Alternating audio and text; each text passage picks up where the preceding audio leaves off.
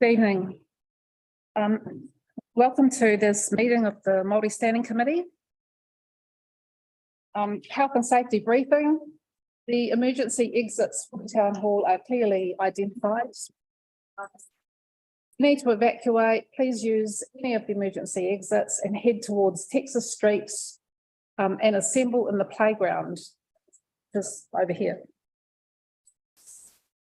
Please remain at the assembly area until the building has been confirmed clear. This meeting is being recorded, so it's being live streamed. We do have one person who has zoomed in. I don't have to read this word for word, do I? No. So we're just going to open with a karakia. Maybe.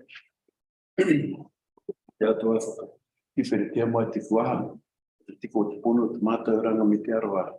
E ma mātou e whakamoemiti, whakaroria,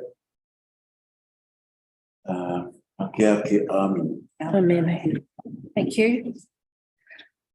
So extraordinary business. Do we have any extraordinary business? No. No. Apologies. So there's Pip Maynard. Yes. And Andrea Rutini.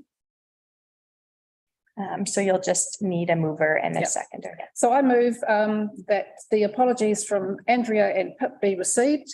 Do I have a seconder, please? That's Rita. All those in favour, raise your hand. All those against? Motion is carried. Now, is there any conflicts of interest? Please, to declare. So is this where we declare conflict of interest around funding application? Yeah, you said at this time. Okay, so I have a conflict of interest. One of the applications for funding is from an organisation that I'm involved with. And I also have a conflict of interest. But I'm also the same member of the same group. So acknowledgements and tributes. Do I have any acknowledgements? I'd like to acknowledge Hirawini Munson, who was a member of the Standing Committee and representative of Maori, and was just recently resigned from the Maori Standing Committee. We just want to thank him for all his money and Maori.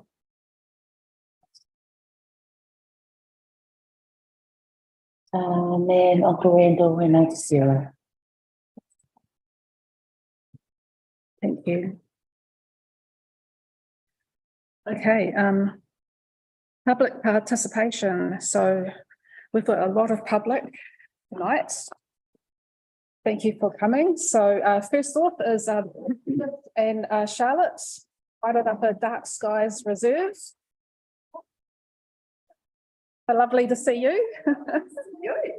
I'm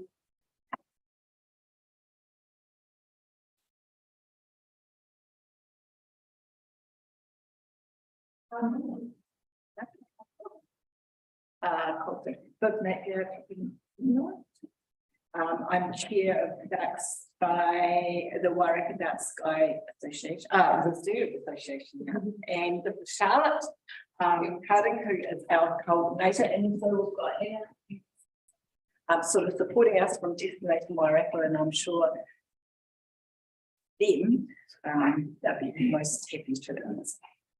So I'll be just briefly introduce some stuff, and then we can hopefully ask some questions. So on the 19th of January, very excitingly, the South Waireka and Carterton districts were awarded an International Dark Sky Reserve status after 6 long years of the application process. And first of all, we would really sincerely like to thank Maori Standing Committee for all your support for this project over those years.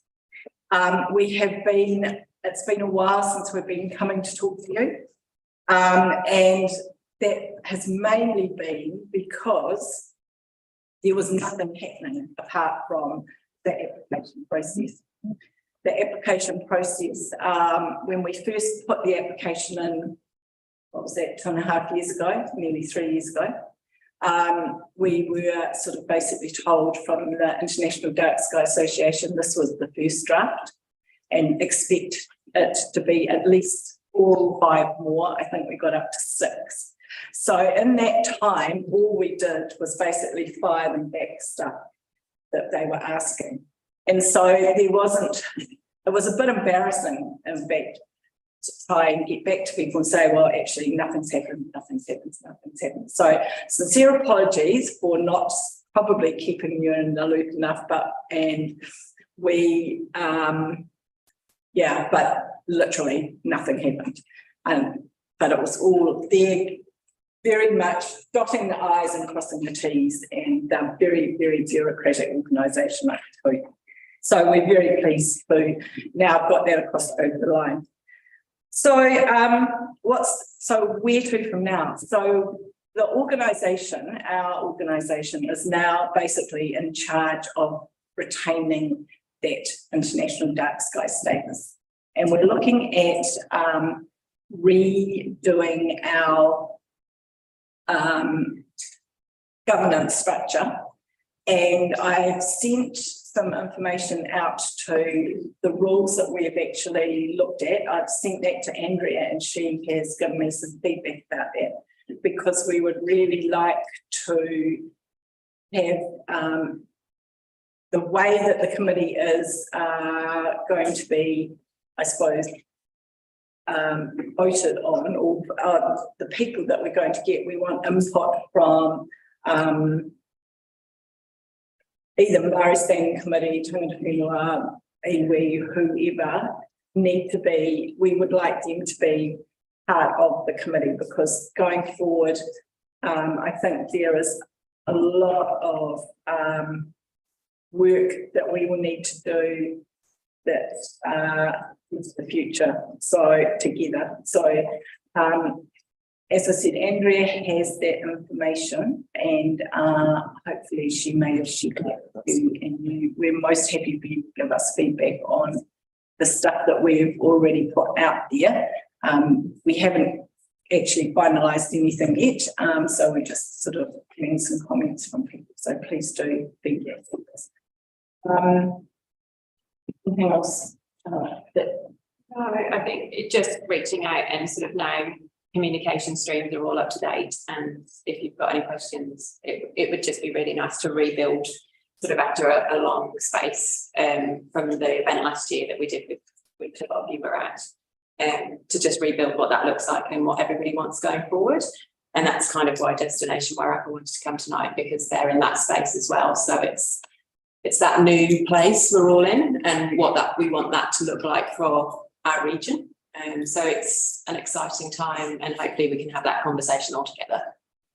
So it's just a way of how to keep those communication streams, and for us the best way to get in touch with you and to be aware of what's going on, hoping to aspire to. Through you, Karen, through you, Chair. Congratulations on getting your rating. It's brilliant. I know it was a long time. I know we had conversations years ago.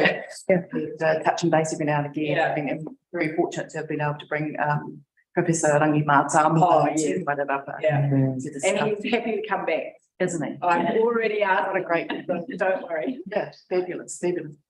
So congratulations. And I did see an email of an invite to the Dark Skies discussion next month. Yes, we've got so we are doing that with roving. So like I will receive. So we're roving. We did a first one in Greytown. Basically the concept is we're going to take a little information evening to each town of the reserve as it stands. Right. We started in Greytown last Friday, and we're doing it month by month. So Featherstone is May, and Carston will be June, Martinborough will be July, and the community board actually recently said that through feedback at a meeting at where was it?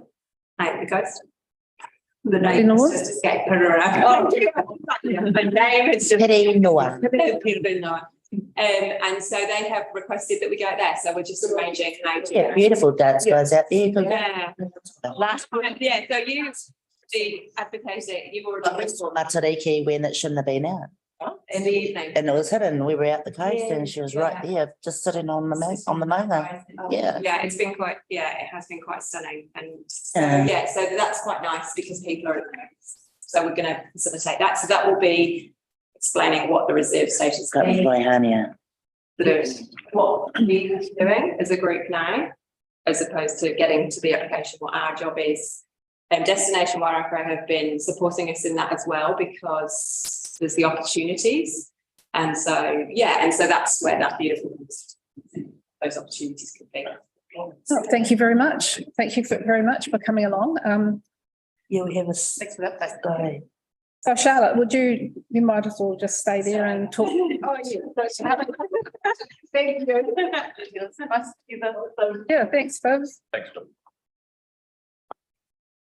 Yeah, so I also asked for a slot because with a personal hat on, not Dark Sky Association related, I had been with my work with that, obviously my interest in all things Dark Sky has grown, and with last year the Matariki holiday being instated, and I have been enjoying what's gone on in the region, and I went to the Featherston offering, and there was a beautiful event that my son and I went to at Cross Creek Railway, and they had some beautiful art, and I found out Warren Maxwell was integral in making that happen.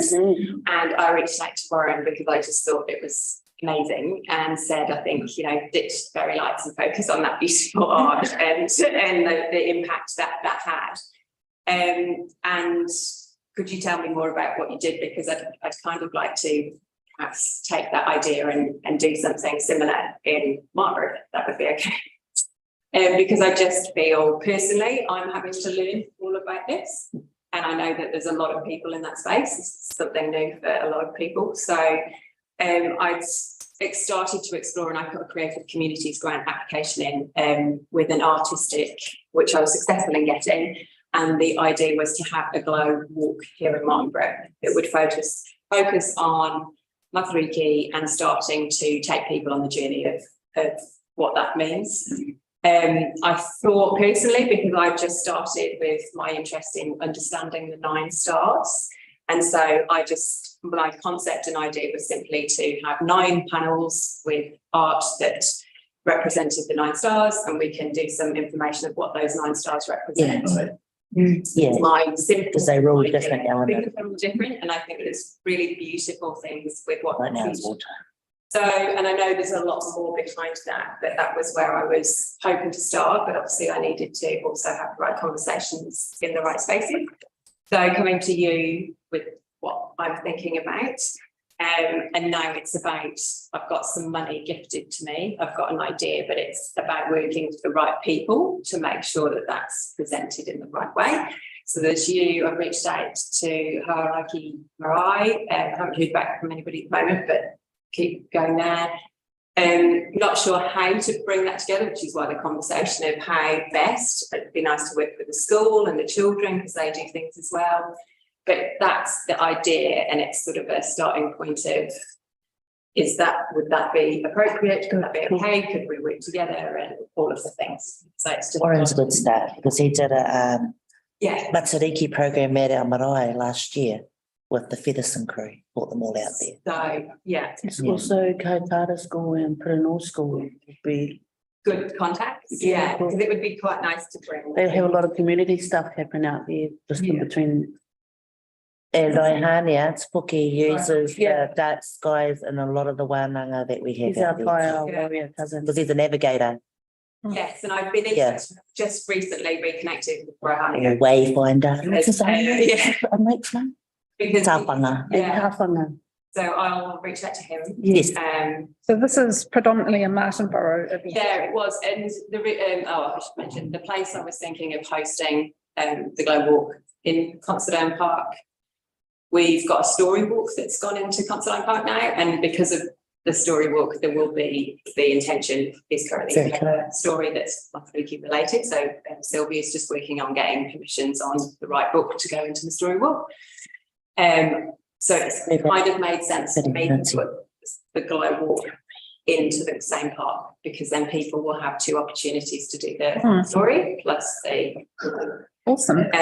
Yeah, and I was planning on running this over what will be the Matariki public holiday weekend, which is Friday the 14th, and running it perhaps it's just free Cool. community event over that period.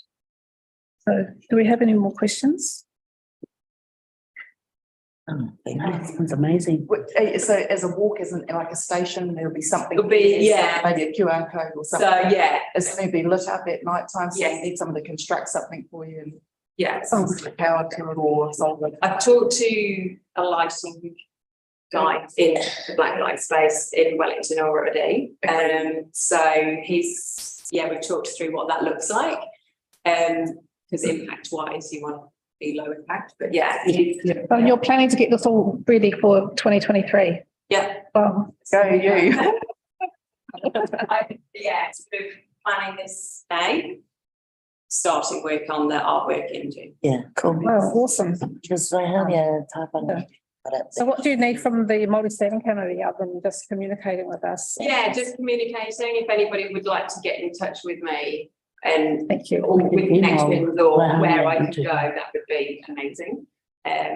Yeah, All right, apart from that, wonderful. I'm going to I look forward to that. Thank you. Thank you. Okay, Charlotte. Just gonna Lovely. remember Thank you. it's just about those lines. Kia ora, Dave Wood and Teresa. Funding for Hapu Iwi. Your idea? Or even give you the right name of matter. Ngā maka o te ariki.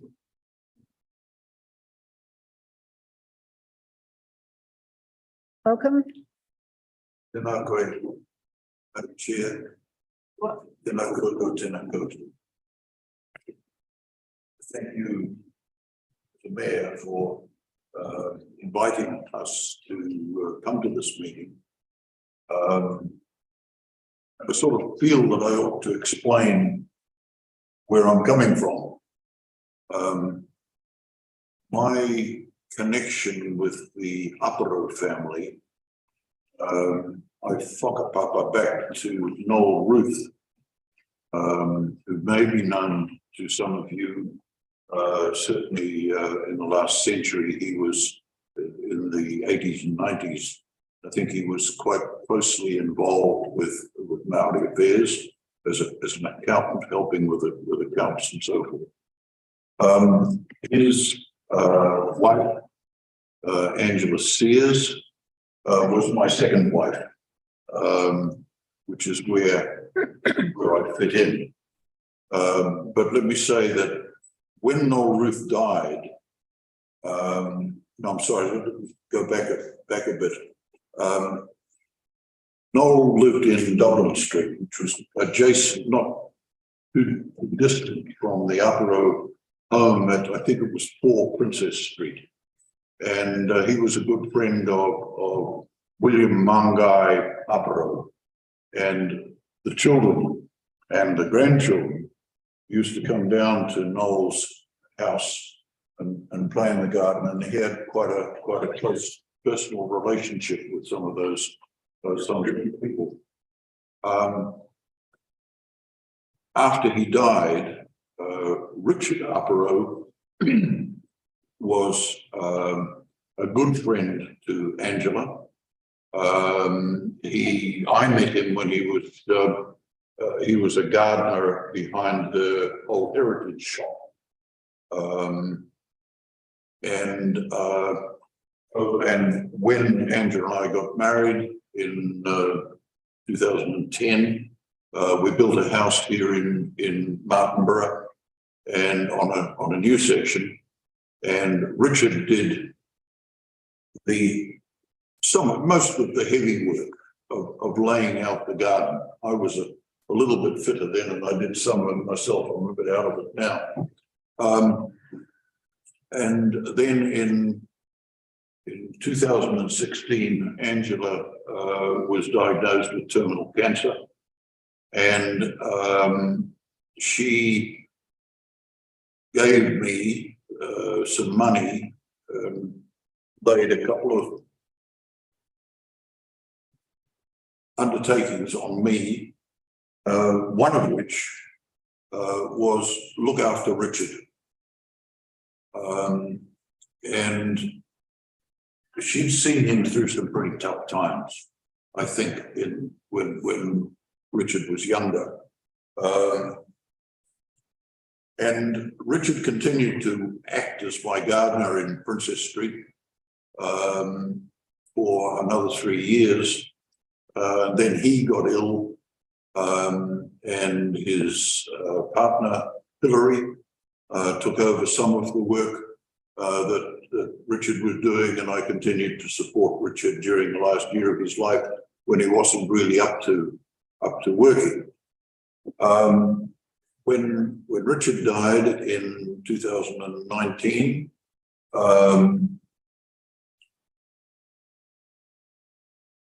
his sister Teresa, big Teresa, this is little Teresa,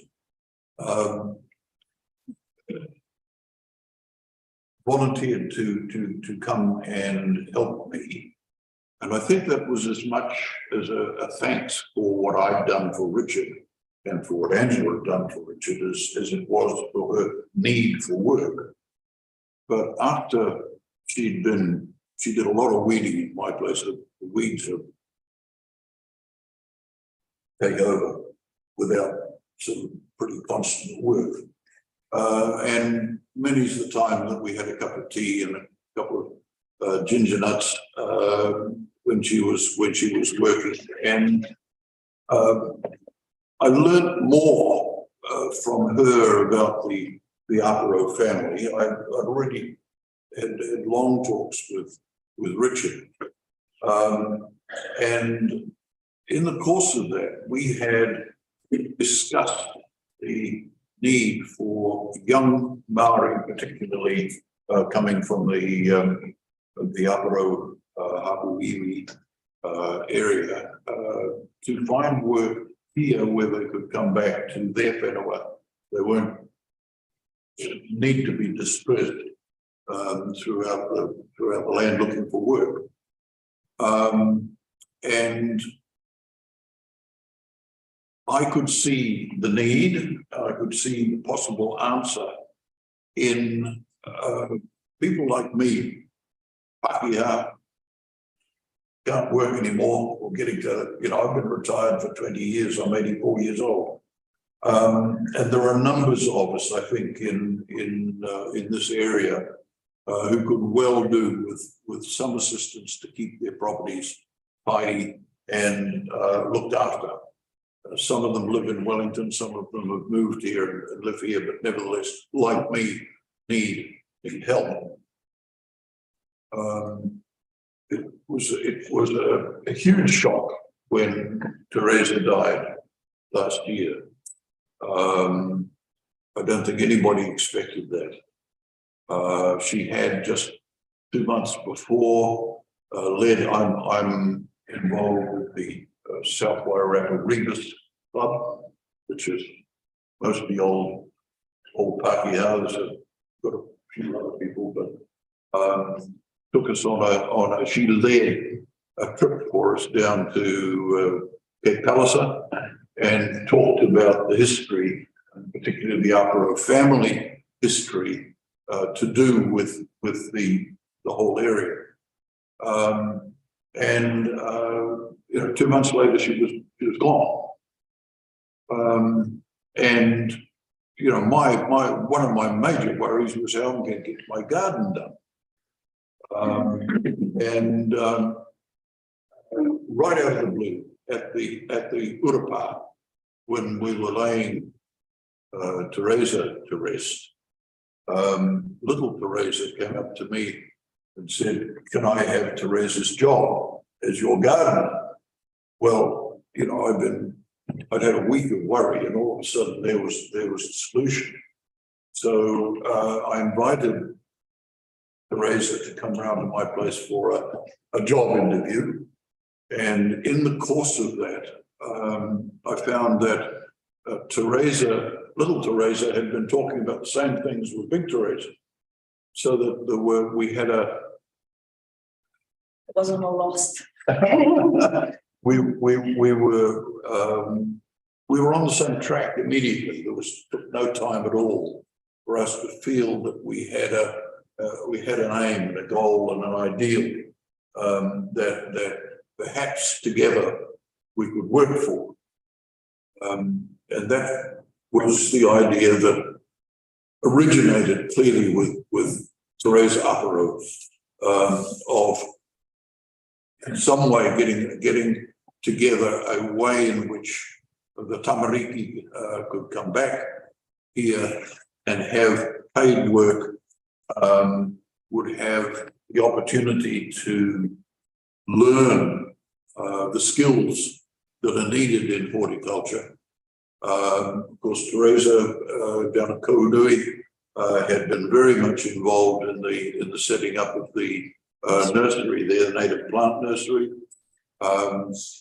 So we had a talk with Clive Payton, and he was very supportive. We had a talk with a lawyer to look at structures that we could set up to realise this, who put me on to through accountants, and Tracy down there has been helpful in some guidance. So we have set up a company. It's called the Aparo Kupe Horticulture Limited. It's got a bank account. It's got an IRD number. It's incorporated officially with the company's people. And Based. sorry. How are you based? And basically, I've been funding that out of the money that Angela gave to me. If I hadn't been married to Angela, I wouldn't be able to afford to do it anyway. I wouldn't have met Richard. So, you know, she's pretty much involved there. And we've put together some means of working, but we're really haven't reached takeoff at this point. I'm sort of aiming at the 1st of April to have something up and working. But at the moment, all I've got is at the moment is Teresa, which answers my number one problem is, you know, what am I going to do for gardening? But it hasn't yet moved on to the business of getting the whenua, getting the tamariki interested. But the aim is for them to be to give them work, to train them so that they develop the skills in horticulture that would be available for the planting of, particularly with Clive, the planting Reconnect of them back to the whenua so they can learn how to look after it, so they can. And their next step is the nursery. Well, that's the next thing. That's the bigger. That's the next. We're just starting at the moment. We're just doing the weeding so that we can bring out the kids back so that they can have a job, you know, and so that they're even saying that like. There's no accommodation, there's, you know, the list just goes on and on and on, like it almost makes it near impossible for whānau to come home. Mm-hmm. So yeah, that's why we're here. That's why we're here. We also, and because I heard them talking about the maramataka and all that sort of stuff too, because that's what we want to do in the short-term plan actually, is involve the maramataka, because so Matua Ririata, Makiha, so he's my papa's first cousin. He was New Zealand Grower of the Year last year. So the reason for the Aparo Kupe is because of the other half of our bloodline is Kianga, Te Hokianga Enui Kupe, Mahaki Kupe, Well, with the feather He people. being part of Nawaki e Kupi. That's probably where I want to see it happen. Out there at Kihimini, especially with the night sky, being able to involve the kids that way. That they can live on the whenua. Yeah, learning to live off the whenua using the marama to bring hapu to home, I suppose. Thank you very much. That's all. I think that we've reached the stage now where we really need a bit of help. Yes. Wondering whether the Maori Standing Committee can in some way help us out in this endeavour.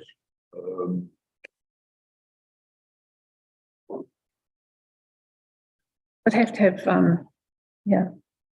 discussions around what we might be able to offer. But what sort of help were you wanting from the Māori Standing Committee? From my point of view, the ability to fund some of the things that need doing, and including perhaps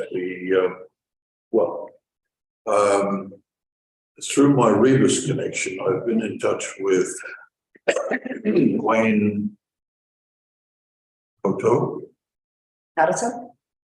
from Carterton, So, who runs Youth Yep. Village there. And Vito. I've also been in touch with Oh, that's, Yeah. Luther Galore from Masterton, who's doing something very similar with Pacifica o Wairarapa. I've been in touch with the Deputy Mayor of Carterton, Dale Williams, who's obviously active in that area too. And what I've learned from them is the extent of the need.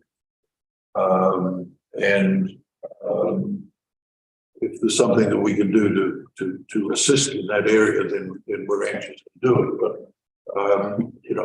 I'm reaching the end of my ability to continue to fund it, and we need.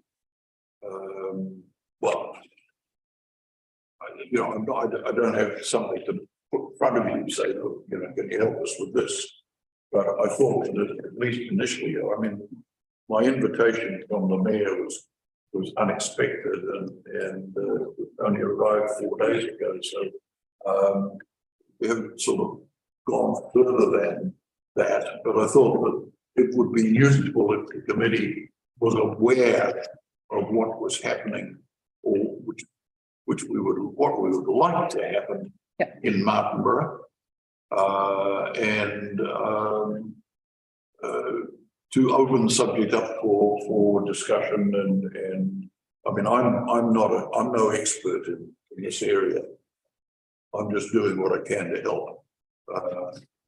Teresa knows the family, and clearly relying on her for those connections. And the intention is for the company, which at the moment nominally is 3/4 owned by me and 1/4 by Teresa. The aim is to turn that into an Aparo iwi hapu company. I'm quite happy to step aside if there's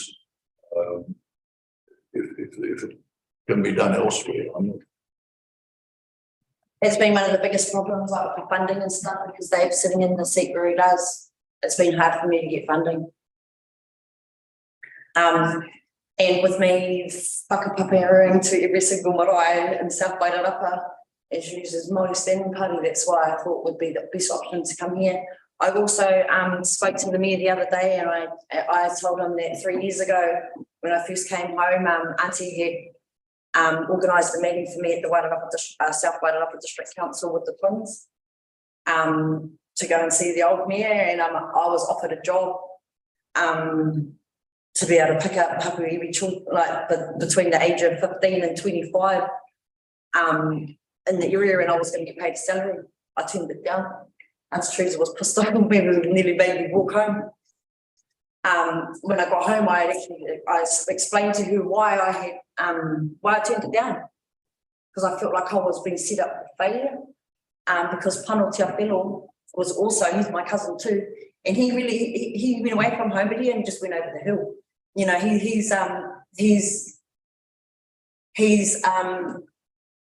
famous for his weightlifting, isn't he, Auntie?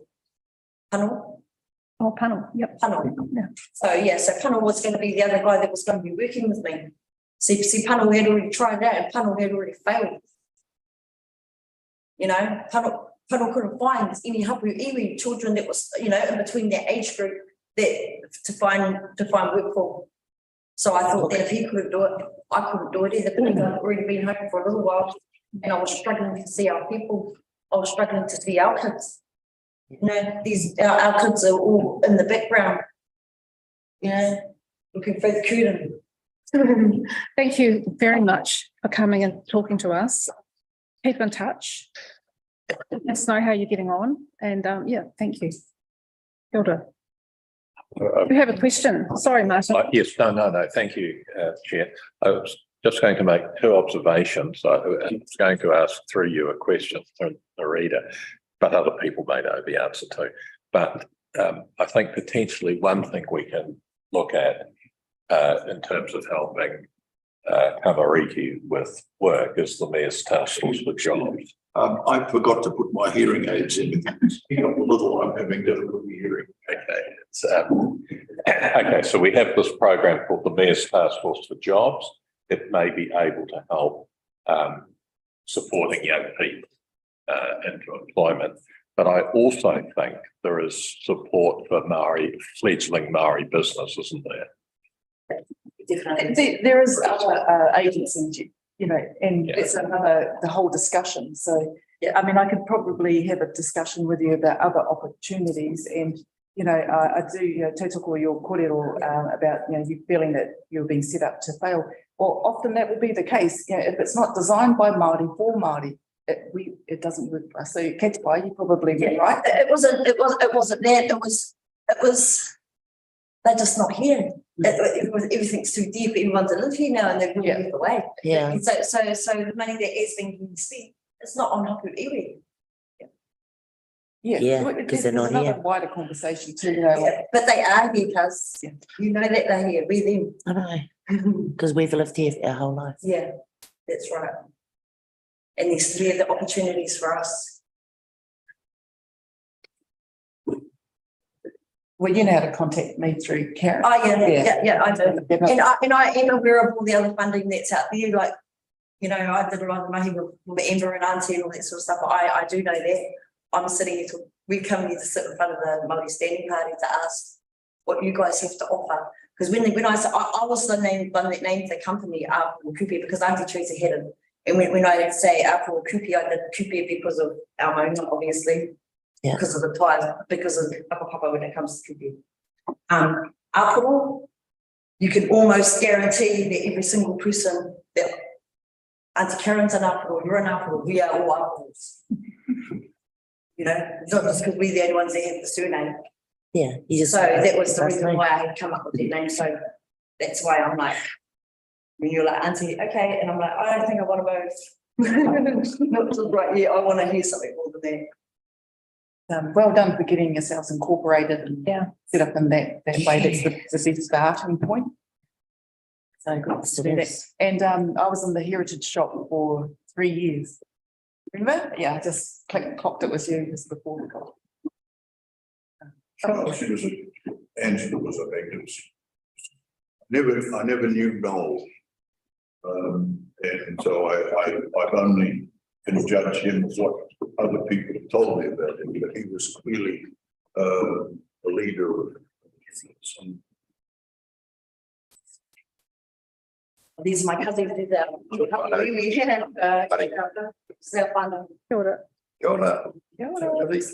Thank you very much. I mean, just explaining how they just thing the other day about what we were coming in, and I invited them to come down and sit down because they have a hapu iwi too, and I just wanted them to be able to sit they down would all and have a babies sit and that see what criteria. the Maori Standing Party South Wairarapa District Council have to offer the tamariki, as well as the, you know, because the knowledge between the mokos and the elder, it's really, really important.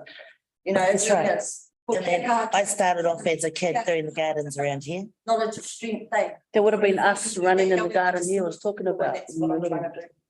Yeah, that's how I started as a kid doing gardens, the old people around this town. Because we don't want to go work in the shearing sheds and go rousing. Yeah. Yeah, see. Well, thank you very much for coming along, and congratulations on forming a company and choosing an awesome name. Yeah. Yeah. I'm Because going you to can do Thank you. I think it's. Thank you very much. Thank you. Thank you. Hopefully we'll be able to. We got you guys. So next up, The idea. Yes. Robin, got Rob Ranston. Kia ora.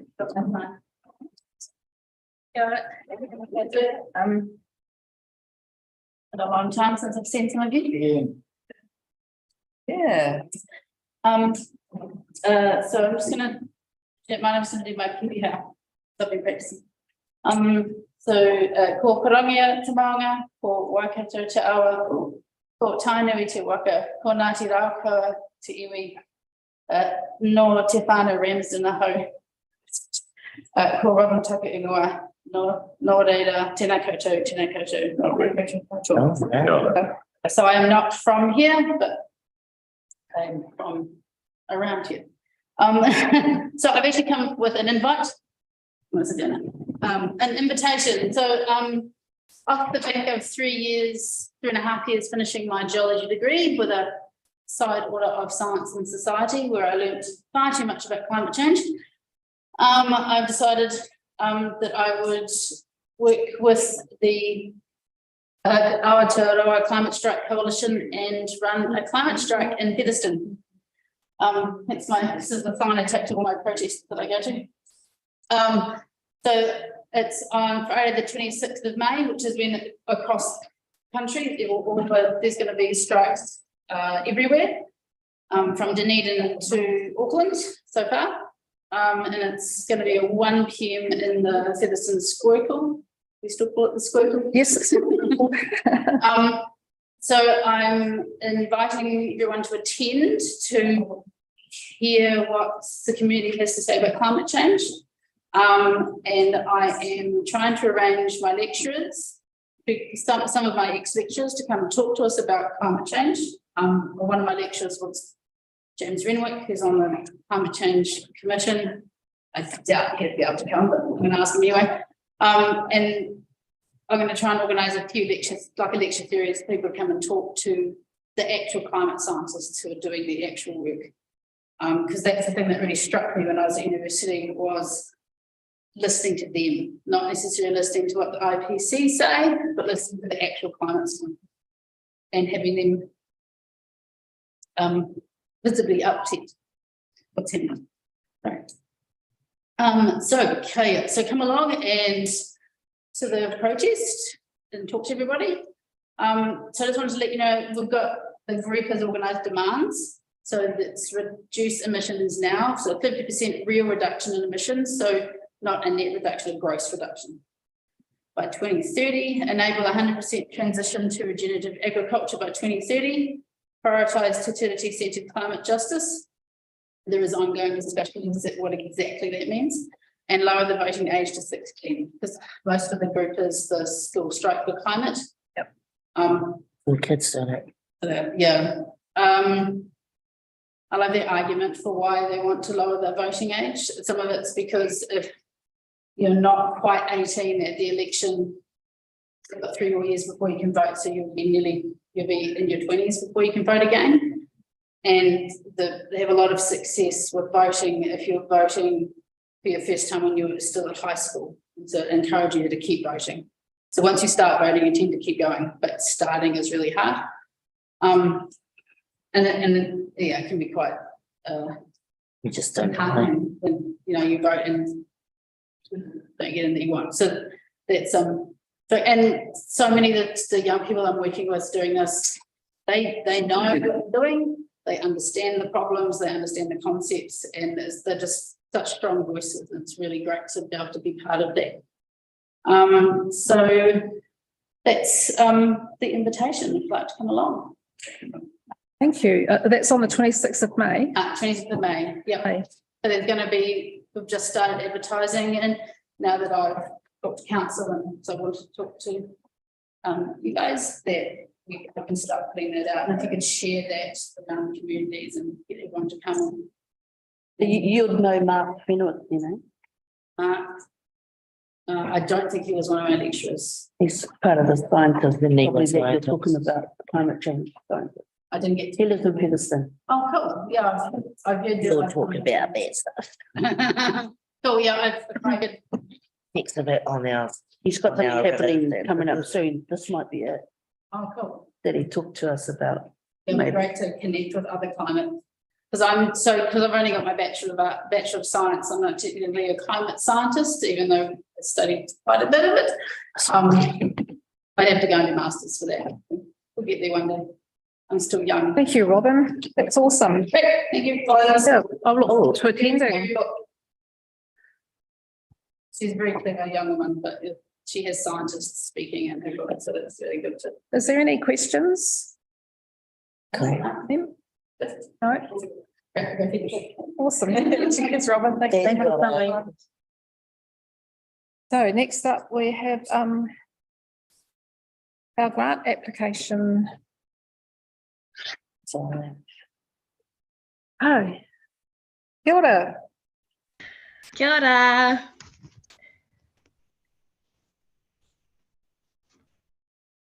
I can't hear. not talking. So Pirihira can't make it tonight, so we'll just. Who's going to speak for Pirihira? Are you? Is it the same way? Bit about her, own. about her application, and then you can consider it when you get to Two different.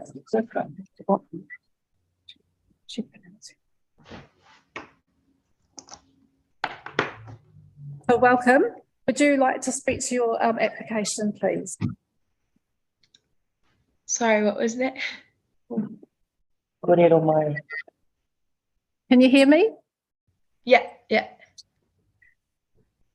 Would you like to speak to your application, please? Yeah. I'm studying at Te Wānanga o Raukawa in Otaki.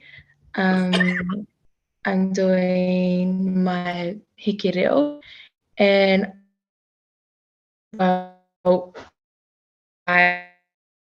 because I need a laptop because I'm borrowing my sister's at all my assignments and stuff.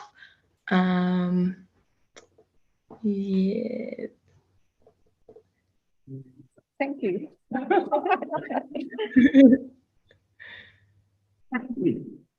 Maybe you could talk about some of your aspirations. Yes, I want to be a fluent speaker of Te Reo. So that's my main goal, and once I become a fluent speaker, hopefully, well, a confident speaker, I would love to be able to work with my iwi in some way, and what aspirations? That sounds wonderful. Thank you very much. Anyone else in your passport? Any pathway? Oh, You want to? So this one's my daughter. Oh, sorry. No, but Mum's gonna have to. So her and her pal Pirihira are studying over there. It is got a part-time job at New World, so she's at work tonight. But these two young rangatahi, both went to Kuranui College, played representative sport for South Wairarapa.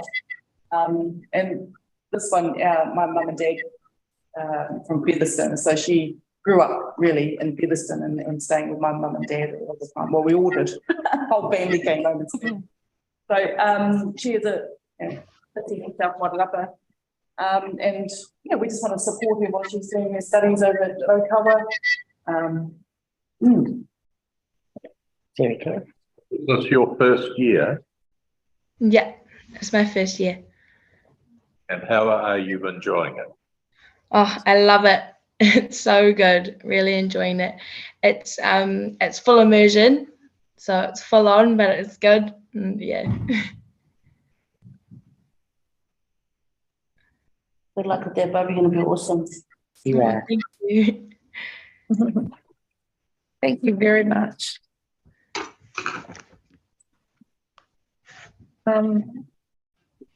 So our next public participation. Oh, thank you, thank you. Ka kite. Ka kite, Barb.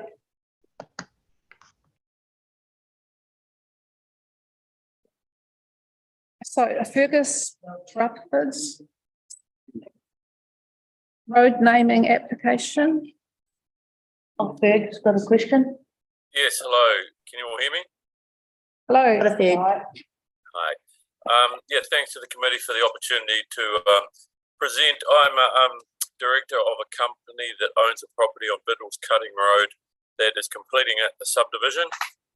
And as part of that subdivision, we need to put a road through the property, and hence a naming application we've submitted to council. They asked me to come and speak tonight in regards to that name, and I did submit some written information. I'm not sure if you've read it, but I'm happy to give a summary of that pretty quickly. We've suggested 3 possible names for the road, the first one being Rangamati Lane, because it relates to the previous owner, Mr. David Bowie, who owned the property, and he came originally from Hatanui in Wellington and sold his property down there and carried the name through Rangamati to the property, and because it wasn't named when he purchased it in 1970, and the owner's UK based and would like to maintain that name if possible with the property. The other suggestion is Pokana Lane, because the previous owner to the current ones, Mr. Tony Phelps, used to grow pumpkins on the land and feed lambs to it, and hence the link to pumpkins. Or the third one is Ruamahanga Way, because the property has wide views over the Ruamahanga River from the top. And so I guess we've just put those 3 suggestions forward and asking the committee that their views towards either one of those 3.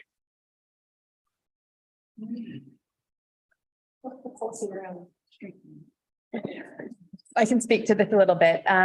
This has been going back and forth with Andrea a little bit, with Leanne and with Harriet from the planning team. We currently have a road naming policy, which sits all road naming with the respective community boards. So this road naming application will be going to, is it Greytown Community Board for consideration. Now, the community board has requested that the committee be across the road naming. And we don't really have a clear process in place about what that might look like. What we had spoke about with Andrea and with Leanne was that perhaps if the application came through the committee and they had an opportunity, or you had an opportunity to make comment, that could be included in the application to the community board, whether you support the names, if you wanted to request further information. And that's not a decision that needs to be made tonight. If you wanted to have a think about it and provide some feedback, we can look at including that in the report that would be going to the Greytown Community Board for the naming. Oh, Leanne has her hand up, Karen. Oh, Leanne. Kia ora, the chair. I'd just like to speak to that. I don't know whether Andrea was able to pass the documentation on, because I think you probably need to see the map and see where it is as well. And kia ora, Ferg, for coming along. Right. Obviously, it was Lucy that had been dealing with Harriet originally. Our road naming policy doesn't actually require input from the Maori Standing Committee, that's more name changing, but it's actually nice of you to bring this here and give them an opportunity, because they may need to go back to their respective iwi and marae as well, hapu and marae, to have a discussion, given you know, the significance of the areas too around Bidwell's cuttings, and what actually the history is. Sure. So that would be my suggestion to you, whānau. If you have that opportunity to, and I can help with that, where would you like to go to with this to support this, or make a decision that you're fully informed about right now? So that was all, just a little bit more information. And we'll get, if you haven't seen the maps, I'll make sure you get them out tonight. Yeah. Right. It's on the back. They have been sent, yeah. I think Caitlin sent them to us, Lee. Yeah, can I speak to that? So I see on the naming of the second one, it's on Moiki Road somewhere. Our family has land down there, down the far end of that Richard Kershaw Farms. I couldn't sort of understand where it was actually on that map. Was it? Can I jump in there? The property's not on Moiki Road, it's on Biddle's Cutting Road. Oh yeah. Because just on one of those things it said it was on Moiki Road, so I was just wondering where it was because I couldn't see it on that map. Oh, come on. I think he used to grow his pumpkins down Moiki Road once. Is that right, Ferg? Oh, yeah. So that's Phelps, was that the Phelps house right down the bottom of the hill there?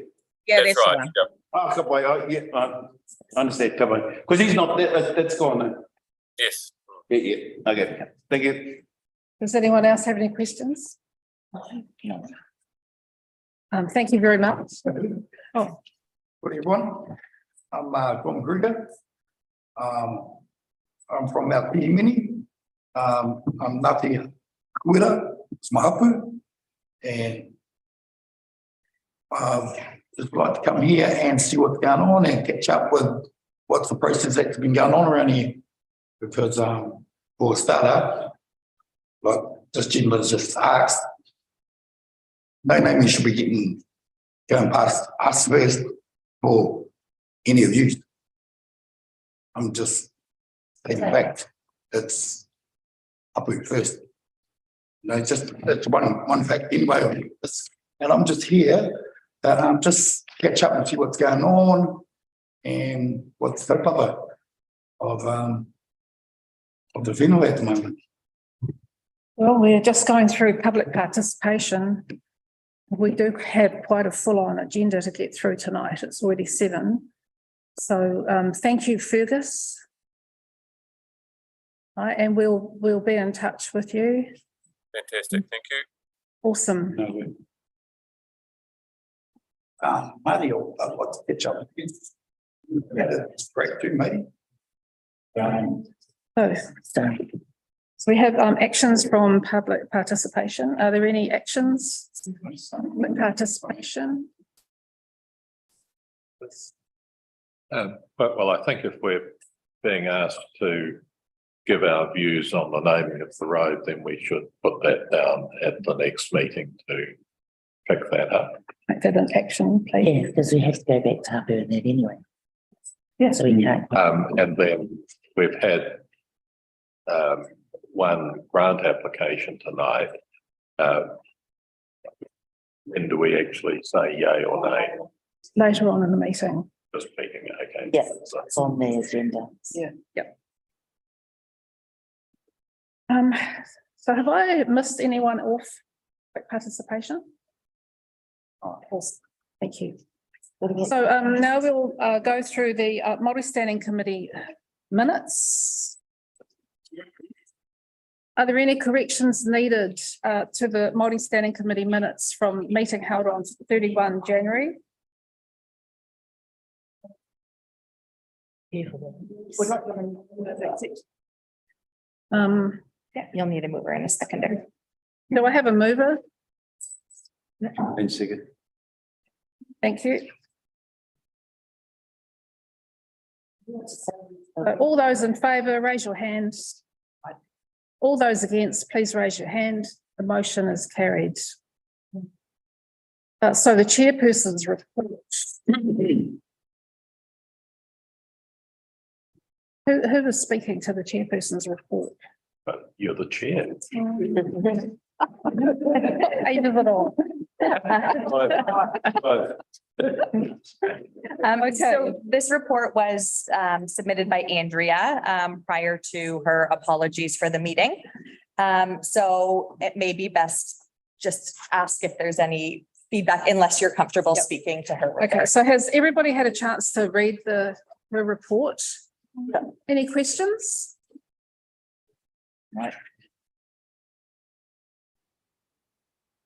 You'll just need to do, a few things. So you'll need to make the, A mover. so you'll need to receive the chairperson report, make the formal appointments for the committees. Different committees, yeah. Okay. And then if the committee was interested in making a submission to the annual plan, formal adoption of that is usually done through a meeting. But you could instead delegate someone as part of the committee to submit on behalf of the committee to the annual plan, as the submissions are due prior to the next. Was that normally meeting. done by the chair or? Yeah. It would be done by the chair or through a workshop with the committee as a whole. It's really up to the committee themselves how you want to structure your annual plan submission. Yep. Okay, so do we have a mover, please?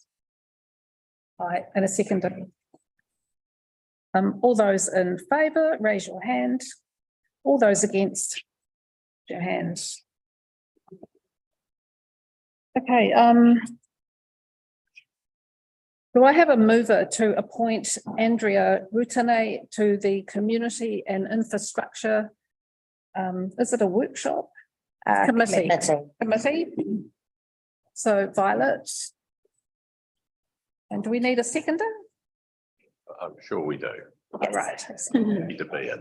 And for myself to be delegated to Assurance and Risk Committee, we have a mover, Violet. Seconder. And Narita Hooper to Finance Committee. Move. So we're really keen. Gotta get us in there so we can. And Violet Edwards to Climate Change and Environment. I don't know about that. Awesome. Thank you.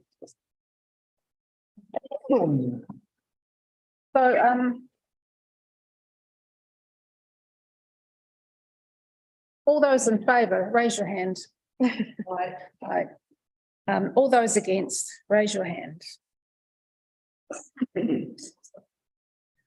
So, we have a mover to delegate somebody to make a submission to the annual plan on behalf of the Maori Standing Committee.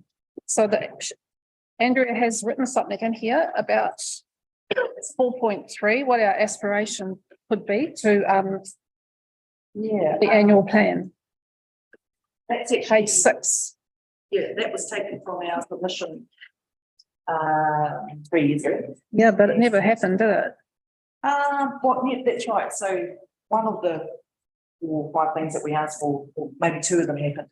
So this is just those outstanding ones that you experienced on the plan at the time. Right. So now Amanda wrote to me about wording our submission. So we are putting in a submission. I've been working with Amanda on that.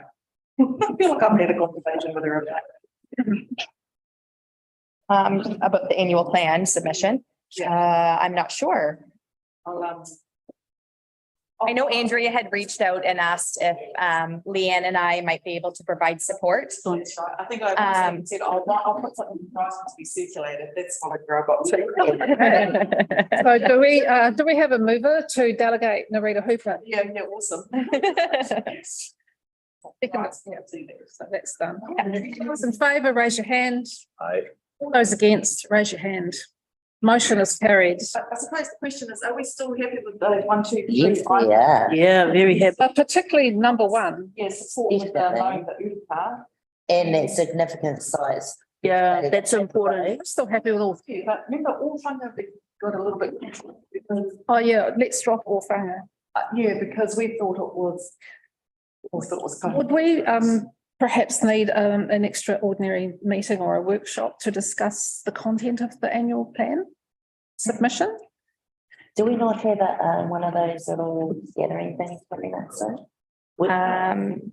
I can check when the next one is, but that's up to the committee. If you wanted to set up an informal meeting and meet at MRI, I'm happy to book a room. If you wanted officer input and support, that's fine. If you wanted to do it via email, it's your submission. What works best for you is on paper to start with and circular. Okay. Yeah. What is the deadline for this? Annual plan consultation it open tonight at 5 p.m. And it will close on May 27th, which is a Saturday at 5 p.m. Okay. Can you keep reminding me? I will send up a follow-up email. Okay, thank you. Alrighty. And yes, maybe fun is a bit. Yeah. Political. Lost the key to that gate. The key got lost. Okay. Right, moving on to item number 9. Which, is there any questions arising out of the CE report? Where is that? Report on page 16. Yeah. Let me see. Yes. Wasn't league in this? Yeah, it is page 17. 18 and 19. Yes, I'd like to raise something. And throughout his whole report says, I mean, mind you, this could have been written a little while ago, when we drafting and proofing and things like that, because now we've got this stuff wanted up at impending road charge on one of the times age, and that's dated April. Any roads we can try on out here. Yeah, April 18th. So maybe, Harry's report, because it's, the thing that notices that it's not in his report. And this seems to be quite significant to South Waitanapa.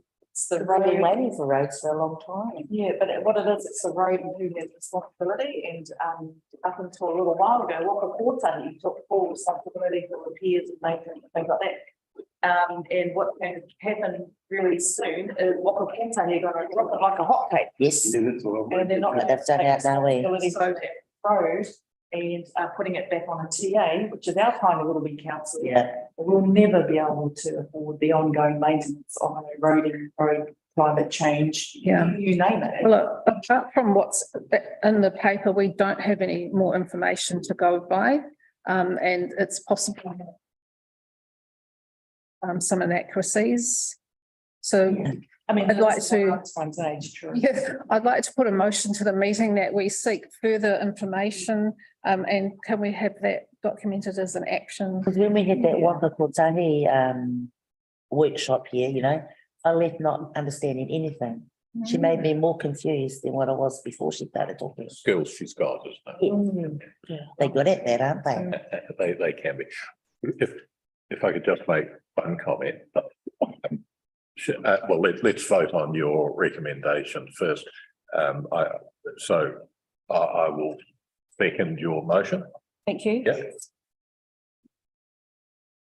Awesome. Yeah. And I'm sure the person who wrote that headline meant to say road change. And somehow it just ends up looking as though we're about to whole system in place or something like that. So the community at, let's say Cape Palace, but that's not its name any longer, is it? Taki. So they have asked for a meeting. Yes. Oh, now we Yeah. Oh, good. Because we've got a road to drive on out. Once, if we can get there.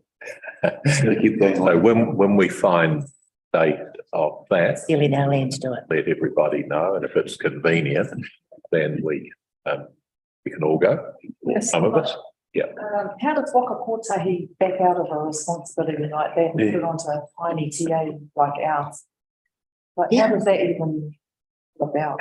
Well, it's possibly worth starting with the opposite question of how did they ever come to take 100% responsibility for this place?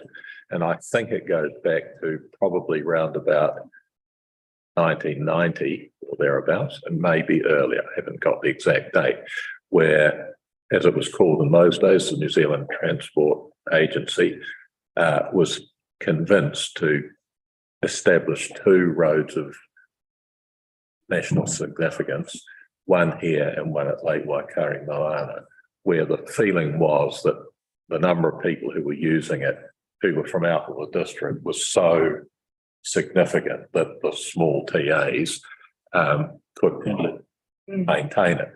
But they have indicated for some time now that they intend to go back to the way they fund every other road repair that doesn't belong to them. So they maintain the state highways, but what they do with all of our roads is usually they offer 50% of the maintenance costs.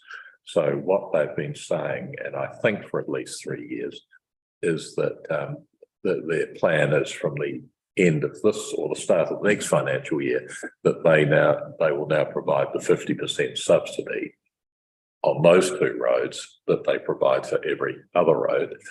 However, there is something that you might remember Emma said at that meeting, which was that there are 4 spots of it or 4 parts of it that they're still going to take some responsibility for. The problem is we do not know what those 4 parts are. But hopefully we will find that. Parts down there. Yeah, well, that's right. So hopefully we will find that out at the meeting down. Right. Yeah. So would we be getting an invitation to that? guarantee it. Thank you. Yeah. I can imagine the impact we're going to be, you know, not we community down here, but there'll be some sort of impact happen to the ratepayer here. Yeah. Well, of course. And all the other that's going to. Yeah. It's just, yeah. But, you know, obviously terrible reporting as usual. Well, yeah. Well, but we. Well, when she came to that kōrero and she showed that map on the accidents and the red spots, they were all over the other side of the hill. Oh, really? They weren't on our side. We probably had about 7 of them and there was like 1 million on the other side. So why are our roads Got to do with any of these. Why do we get penalised to them? And why have our roads been chopped up and turned into Made a mess. road? It's terrible. all good questions. Logging trucks all over the place. See, because they can pretty much trucks. they like and Yeah. get away with it. Get away with it. So they're spending all our money on the other side and bugger all's getting spent on these roads. Yeah. Oh, well, in all fairness, on our roads, they also subsidise the maintenance cost 50% or 51, I think it was normally. Because I like to send them a bill for the tyres. You know, damaging on their road. Well, they probably have to do it for when your tyres were damaged on our roads too, and they'd like it to be a very big bill. Thank you. Right, so. Excellent. Okay, thank you. So item number. Are we going to vote on the motion you? Oh, yes.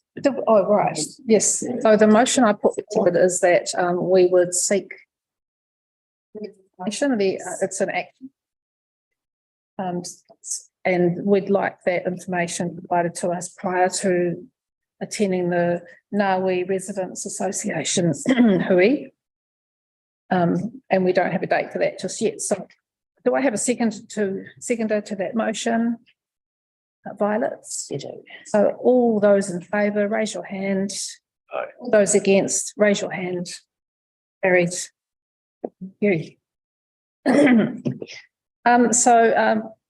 Item 9.1, the Maori Advisor Report.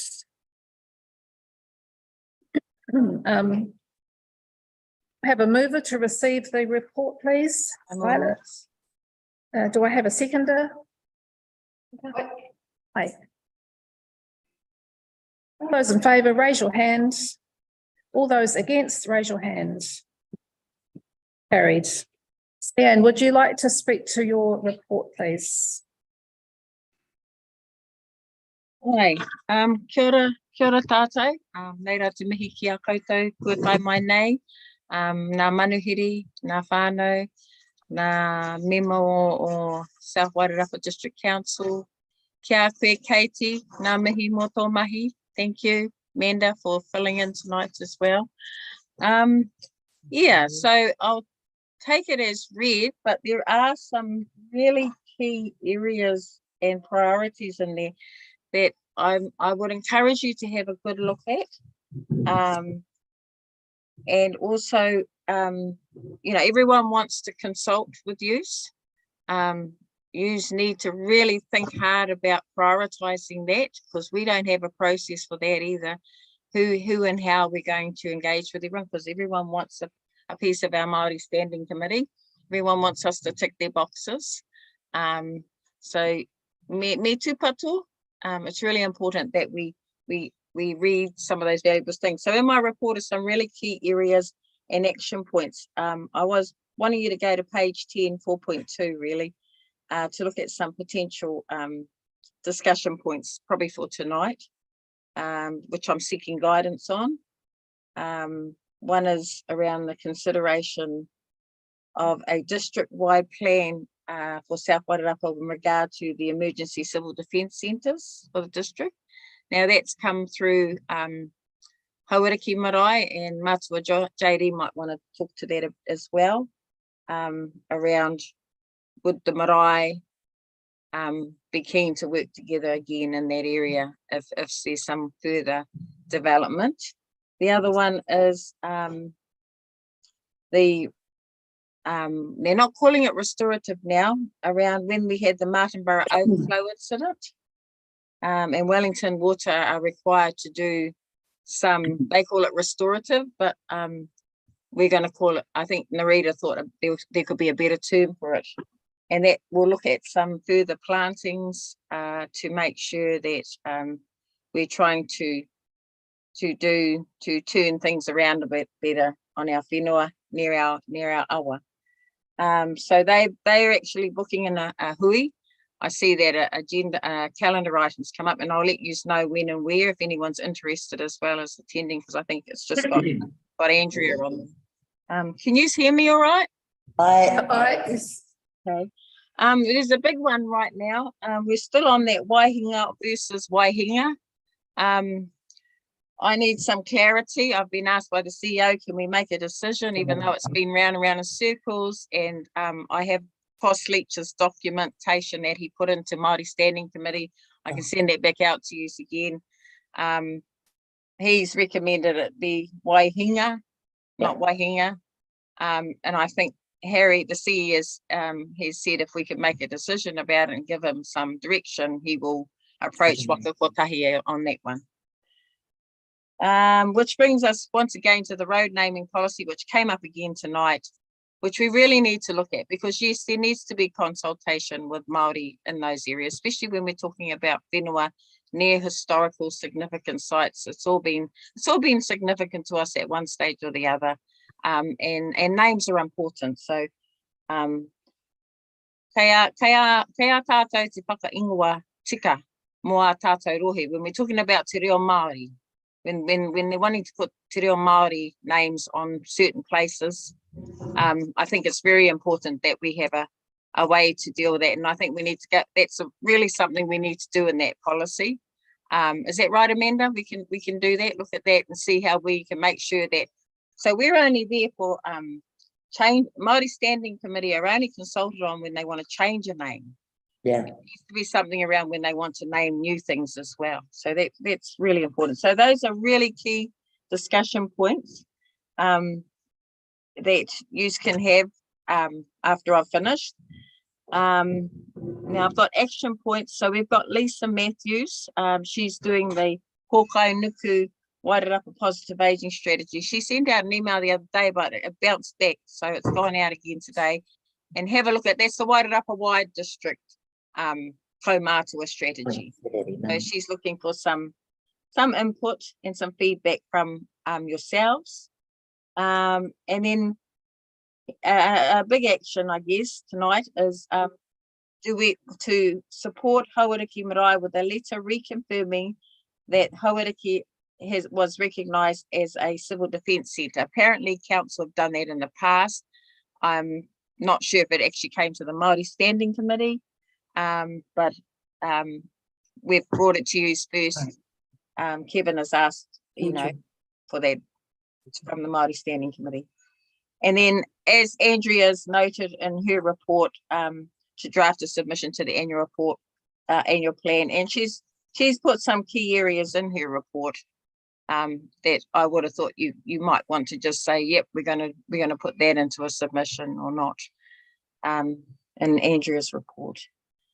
And most of the stuff is just giving you an awareness of where we're at now. The CE's report was an appendix. It was an appendix to my report. In regard to reading where we are with the treaty claims, with the Wairarapa Minor Statutory Board. So I would point you to the area titled partnerships. And if you can have a look at that as well, because in there is the mahi around the Wairarapa Minor Statutory Board and where we're at right now. We're still waiting for a meeting. We're still waiting for the iwi to call the first meeting of the statutory board. And I'm not sure, they'll probably call for nominations from Kohunu Marae, Papawai Marae, South Wairarapa District Council, and that hasn't happened yet. So it's still in limbo for now. Until it sits in the hands of mana whenua. They're the leader, they're the rangatira of this kaupapa now. So we will follow suit. I'm talking as council, as to their request.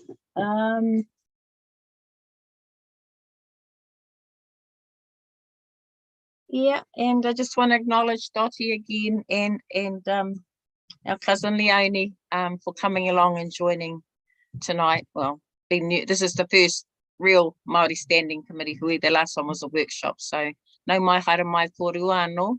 E rā te mihi mai oha ki a korua mō tō tautoko e tēnei kaupapa ni. So yeah, just any questions really? There's a lot there. It's been very busy last 3 months, and I'm pretty sure we've just there's a lot going on, and that's just kind of an overview. So I encourage any one of you, if not tonight, please come and visit with me, have a cup of tea, and we can go over anything that you want more information on. Need more information.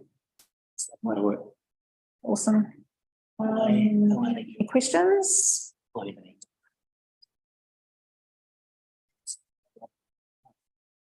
Yeah, there's been a lot happening, Leanne?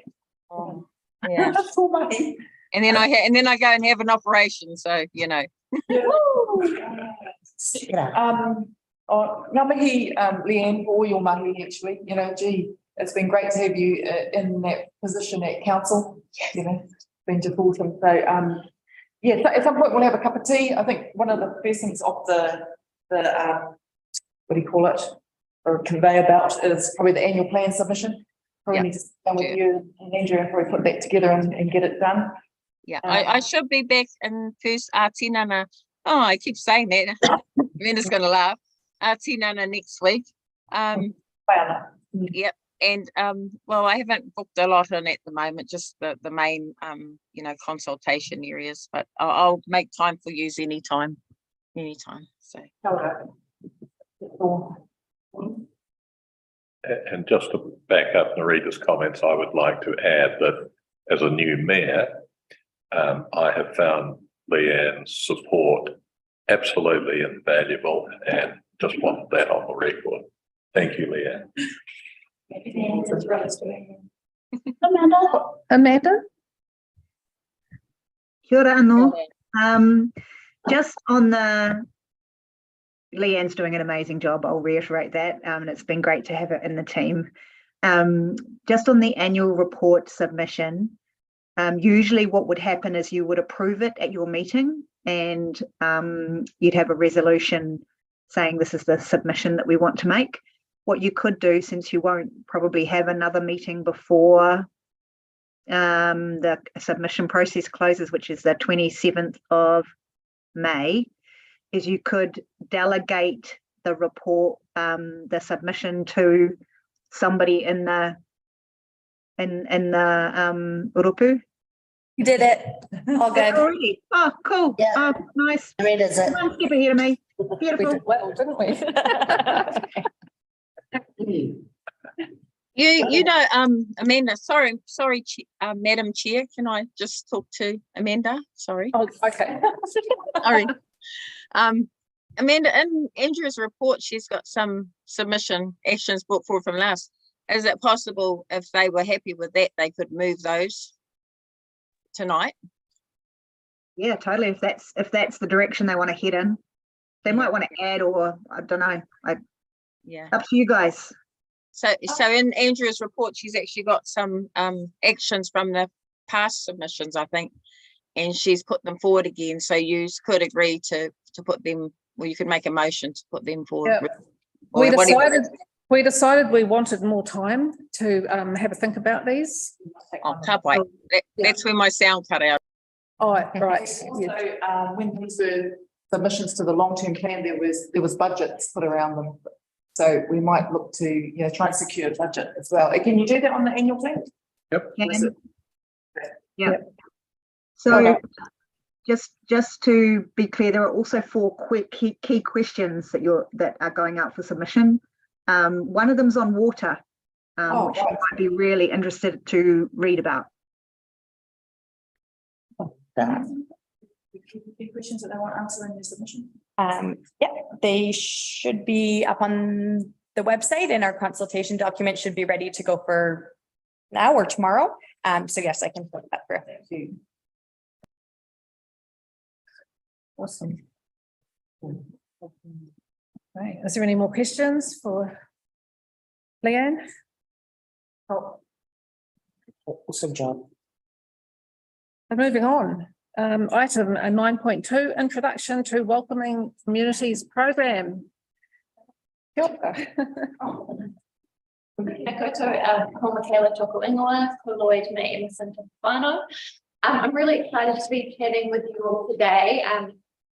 As you may have seen from this paper, I've thrown up a lot of questions, but really I'm just here as an introduction to tell you guys about the program, what some of its aspirations are, and to figure out how we can put face to our Maori and celebrate our own culture as we look to make our communities more welcoming and inclusive for new people, but also more welcoming and inclusive for different cultures within our communities.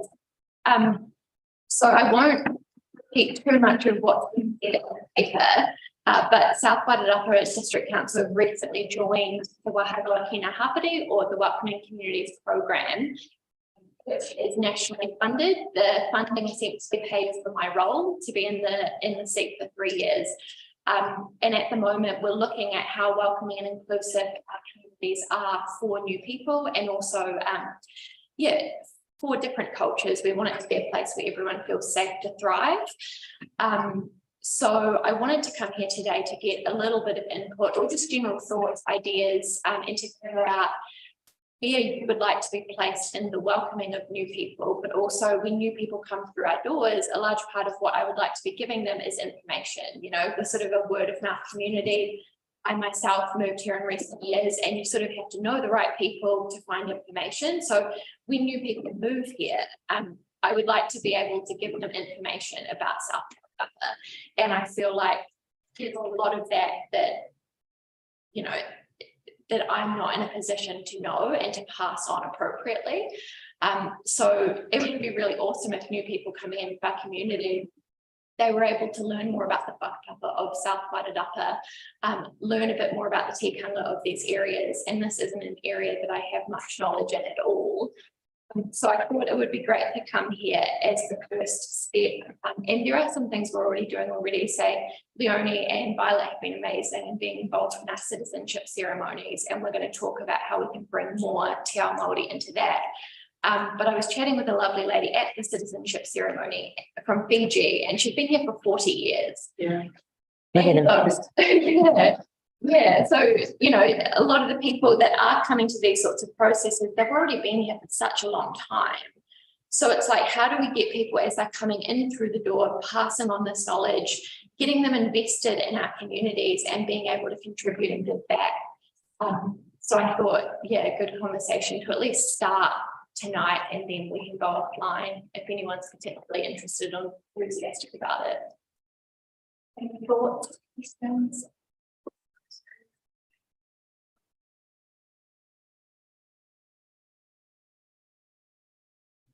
Maybe if you've just come here, you may be the most recent of our new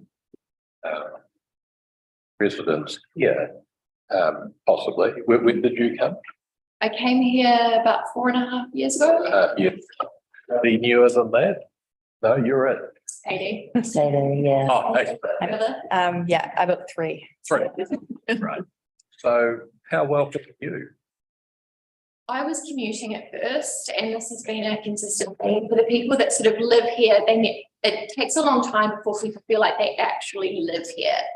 And, you know, especially if you're traveling further away, you spend most of your days in Masterton or the city. So my biggest social connections were with the checkout operators at Super Value. That was where I got That's everything. Yeah.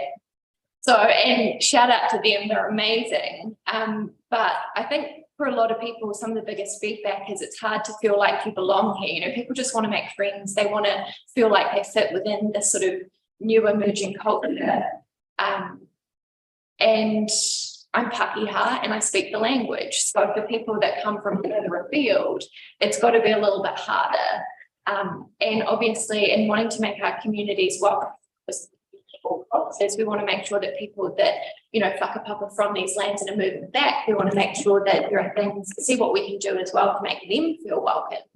So it's a big conversation, which is why I'm glad I sort of had 3 years to address some of these things. But it would say, for instance, just throwing ideas out, and obviously I came here to hear from you, not to hear from me, but, you know, things like, if I could find funding for like community porphyries, so that, because I thought about this myself, was that I would love to go along to the various different marae, but if, you know, if we were able to find funding so that rather than just having a bit of a taster at the citizenship ceremonies, but actually having, you know, putting that call out to so obviously we would need to find the resources to do that. But I know that there are so many people, especially people that move here, that want to learn more about the local culture, that want to come into Marae and hear the stories. So it's about finding, I guess, the resources as well, so that it's a mutually beneficial thing. We don't just want to come in and take that Mātauranga Māori knowledge. We want to, you know, be able to support. Yeah. So it's a big conversation. And like I said, I'd love to take it offline with anyone that's particularly interested. Because I think there are a lot of people in our community that would like to be more connected with our marae, you know, at Paitumukai, all these sorts of things. So yeah, maybe this is a conversation that's better had offline, but if anyone does have any particular thoughts or ideas, any concerns, or questions of me, then I am all ears. I love your idea. Green Jersey, you're pretty much doing that already. So Green Jersey with Stuart Edwards, he brings groups out to Kohanui on Sundays between November and April or May. Now. So on Sundays, so all these people who are from elsewhere in the world, they get on their bikes and they ride them out to Kohanui, and we give them the full porphyry. And they jump in the van and go to Cupid sale. In the porphyry, we tell them a few stories about the tukutuku panels around the wall, and then on their bike ride out Ngāwi and Mātakitaki a Kupe, they can see what they find all of those things. So yeah, they'll see Ngara, Kupe and all that stuff out there. And that's what I mean with. Yeah, so it's not going to be as hard as we thought it was going to be, because it's already happening. Yeah. That's amazing, and that's where it's just this information sharing. You know, it's not about reinventing the wheel, but it's being able to highlight and showcase what is currently available. Because I've been in the role nearly 6 months, and I've never heard of that. Yes, and we've been doing it for the last couple of years. And that was something we got through Destination Papa. They picked it up, you know, Tony loving them, and so that was cool. So Stuart he gave his proposal. We said, oh yeah, well, this is what it's going to cost you. Yeah. Yeah, And and some of the whānau from Yeah. Hawaii, they come. yeah, to so Kohanga to support. Matua, So there Wedemu, is they come out there. Some of that Hawaii that is involved in it with his family as well, and Yeah. grandkids. So that's a commercial venture. Yeah. Yeah. Benefits all parties. But yeah, so you something like really that. are welcoming. Yeah. Newcomers into the region, so how do you create like that? You can So it could be still the, Sustainable. It could be Yeah. each marae you could go to like separate on separate Yeah. occasions and do that. Yeah, I think, or, you know, if it. Could you may arrange it for a little bit? Thing, you know, going between, you know, doing it once a quarter and going to the different things, because people that have lived here for years would love to come and see the different ones. It's not just about new people. But maybe it's a program of actually your relationship with trustees and members from each marae, and then doing a little program and spreading it out quarterly over a year. It might be a program that looks like that. So how often do you guys do those ceremonies? Well, it's a little bit up to us, and one of the things that happened was I became the mayor. I was distressed to discover we hadn't done it for about 3 years, you know, and even though that might not sound as bad as it really is bad, because you can't get a passport until you've gone through that.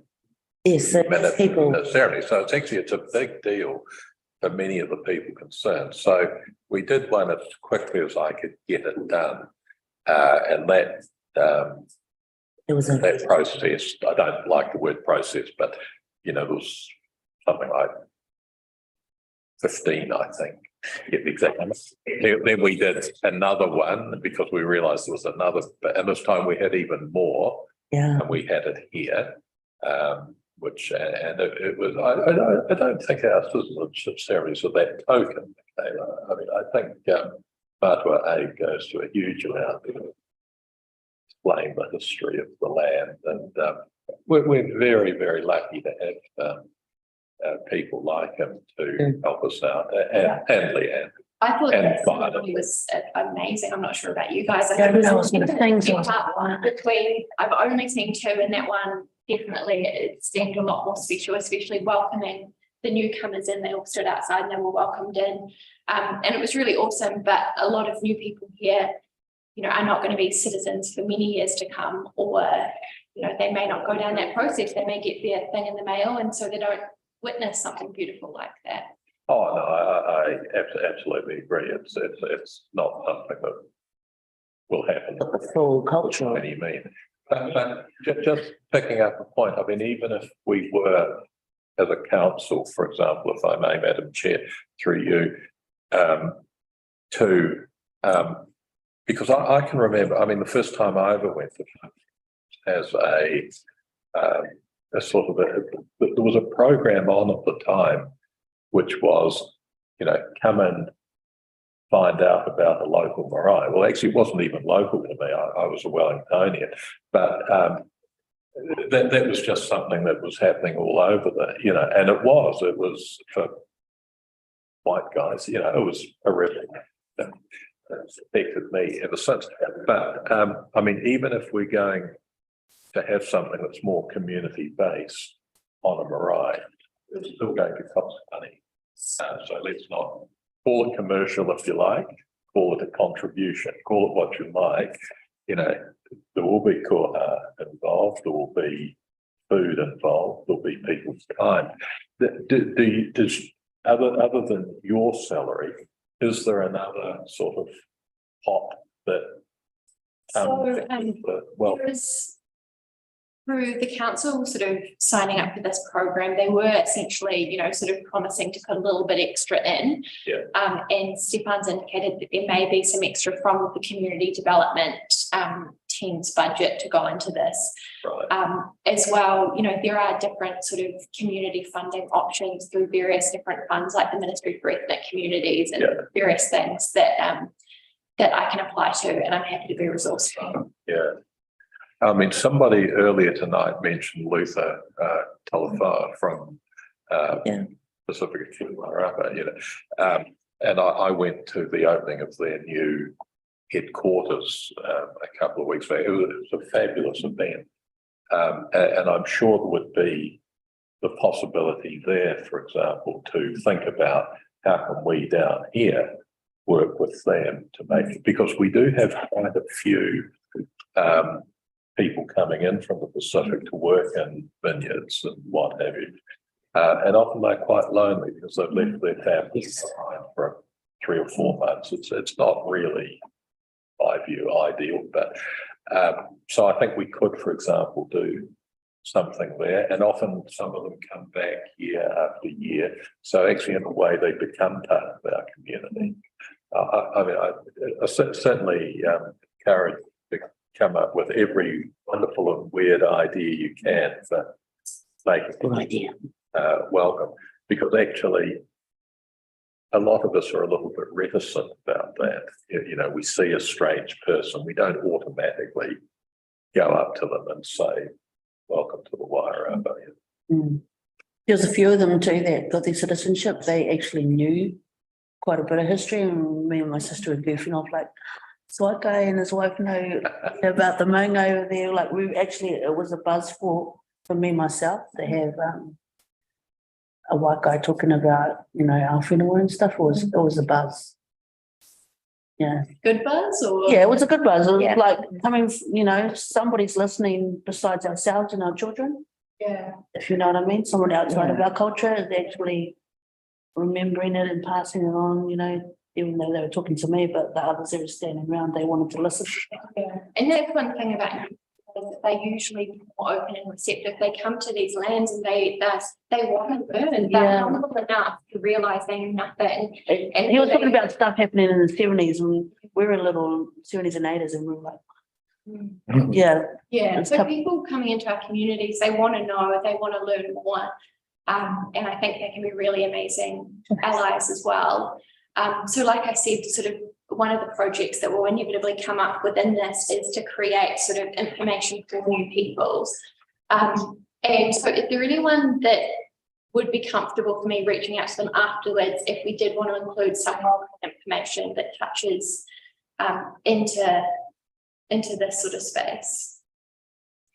Well, yeah, well, I mean, I know, so I'm on the committee at Hawaii,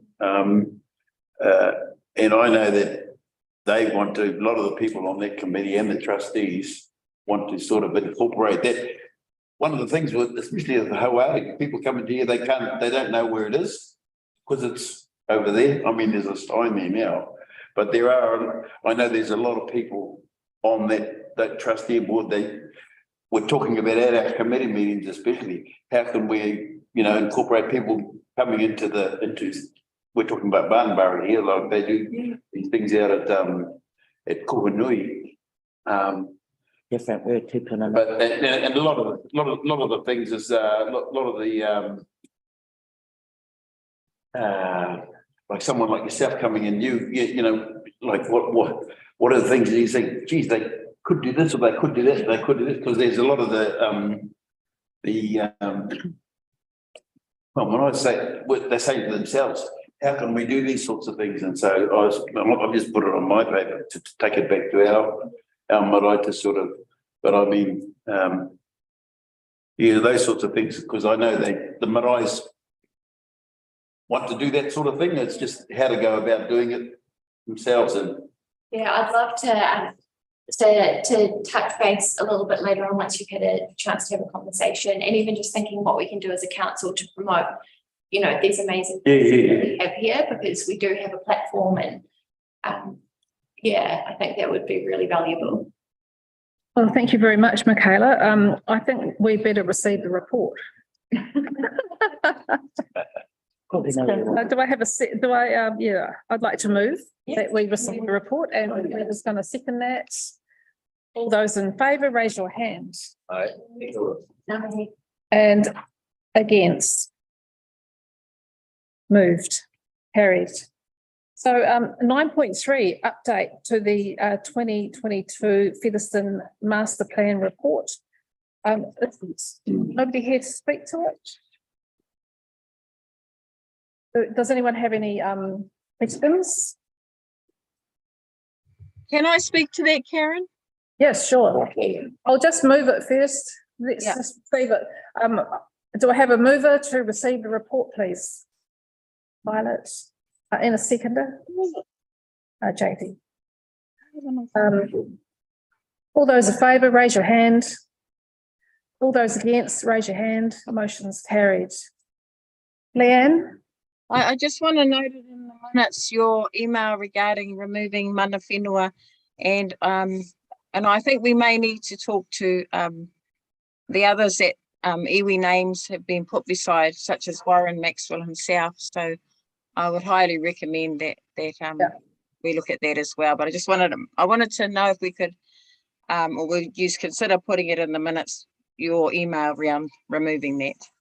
Yeah. Does it need to be an action? I don't know. An action or a resolution that. A resolution? Yeah, because this is a report.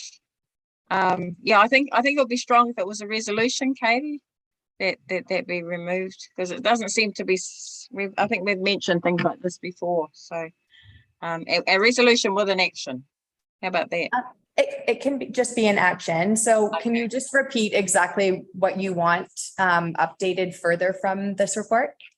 Oh, I'm suggesting to the Maori Standing Committee with regard to the, I think Karen sent an email in. Are you all right if I speak to this, Karen? I'm not sure if everyone read it. Yes, please. So Karen sent an email in noticing that her name had beside it in brackets mana whenua. Now I don't know how Karen feels, but it could be misleading. And she's asked for that to be changed to is it a mokopuna, a descendant of Tamika Whānau, yeah. So I have sent that feedback on to the planning team already, but I can just make a note to myself to follow up to make sure that is done. Right. But I have already done that. Yeah. Thanks, And Katie. Warren Maxwell's classification is Ngāti Kahungunu? Yeah. Yep. Has he given permission for that? Because what it means is it looks like he's representing Ngāti Kahungunu. But he doesn't. And he would never do that. So I would say we need to follow that up. Yeah, so that needs to change. Yeah, so just from there. But we just sort of loosely. Yeah. So that's right. He's representing. The second point I had around that plan was for the reps from either iwi, Andrea's not here tonight, but you, Dottie, to take that plan, that information back to the iwi and get some feedback from them as well, which we can bring to the next meeting. That will be my suggestion. And then we've made sure that we've consulted with everyone. Yeah. Violet will help you. There's also a correction. So at the bottom of page 44, that last paragraph needs rewording. Lisa, will be important going forward. Sure that there is. What it should actually say, and you've got my email for the detail, but what it should actually say is that that they were in attendance at the Sheriff pronounced it in October 2022. Because the report, written a year ago, no, since October, it's like it's going past and present. It's losing a bit of continuity with it. So, it's saying that we were asked to join a meeting of October 22. We already were there, it was, we participated. I'm not sure. Sorry, I didn't. Wasn't involved in this report, but I can provide that feedback. So the naming and maybe some mindfulness around how those names are being applied in a general sense, as well as change the wording to that last paragraph. Okay. Yeah. To be honest, I'm wondering if it's actually good enough to be received by this committee. Yeah, actually, you have a good point there. I think that should be taken. I think there are a number of things in the review process that would have been easily enough picked up. I also just make another comment entirely, which is that if we are intending whatever it is we mean by facilitate participation by Maori. If that is going to have any, shall I say, significant time involvement, which it possibly could do, then we also have to think about how do we recompense people who are being involved in that. Oh, that was negotiated. Because It's it been- was a whole day. Yeah, well, a whole day is a whole day. Yeah, but I closed my business to attend that. So yeah, that was a discussion that we in negotiation that we had. Yeah. Yeah, you're quite right. Yes. But yeah, I'm actually on not receiving this report because every time I read it, it grinds my gears. Yeah. Yeah, that's what I'm saying. Reads over and over. Yeah, it's like, oh, So I'll just say, Not good enough. It's not good enough. receiving the report doesn't mean that you have to agree with it or not. It just notes that it's been discussed at the table. So it's okay to receive it. If you would like an updated version emailed out or a new report to the next meeting, that might be a better way to approach it from sort of the standing orders perspective. But again, that's up to the committee in terms of how they would like to approach that. Well, I think we deserve better. Yeah. And So it wouldn't be like amendments. So it'd be like a. Changes. I believe we should decline to receive it and expect a better version the next time. Okay, so are you then wanting to, since it's been received, so are you wanting to revoke that resolution then and unreceive it? Decline to receive it. well, really? So on further reflection, we have decided that we were hasty in our receipt of this report and would like to rescind. Okay, so you resolve to receive the report and then revoke the resolution to receive the report. Yep. Due to A number of inconsistencies, concerns around the way that it's worded, and the quality of the report itself needs improvement. We would very much like to receive an improved version at the next meeting. Updates. And I think, like the responses to the questionnaire, and then the paragraph was reviewed by Narita and Ricky, and it's all their fault. That's right. It shouldn't be putting people who put all that mahi into it. When he spoke on this report at the last two, you told him, we all told him Yes. that that's not okay. And it's still here. Yeah, it's still in there. They changed that paragraph because it was the relationship between me and Darren. Yeah. And Darren Apanui is not the iwi. No. He's treaty claims. So, yeah, but the Here it is, report here it is. initially implied that the relationship was all good and well and he'd been contributing and there was a reciprocated discussion, but there wasn't, none of that had even occurred. Yeah. And so, that's what I got annoyed about. But just mine and Ricky's name. Still the same. all over. It's still the same. Actually, sorry, Karen, can I speak, please? Yes. On the Darren Apanui, I think we might have, that might have got missed off our notes. But the mana whenua one was changed, or the iwi one was changed, and Karen's just, it's just come to Karen's attention about the mana whenua term. I think it just really needs some real clear actions to go out.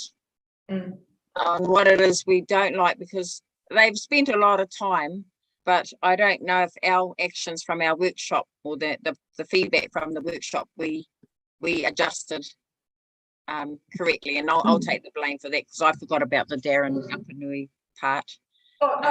It's not your report. It has been changed. It did get changed, because I did have a discussion with who is the other one in the thing, the young one? Russell. James. No. Young girl. Kendall.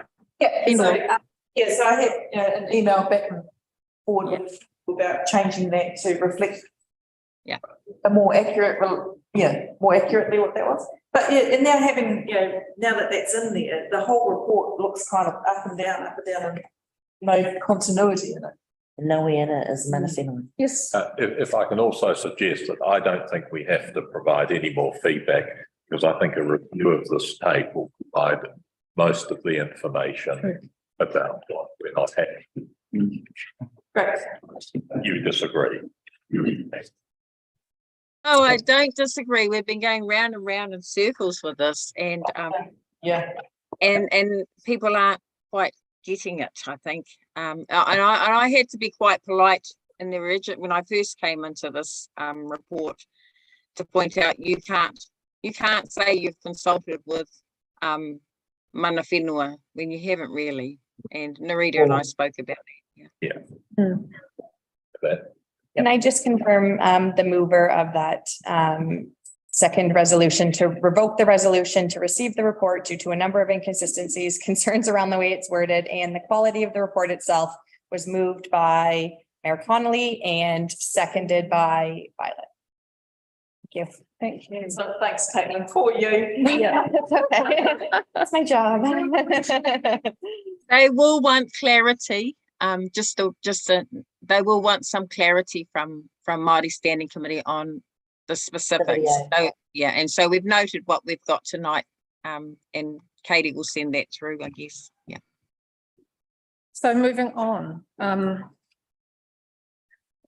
all those in favour of rescinding our receipt of this report, raise your hand.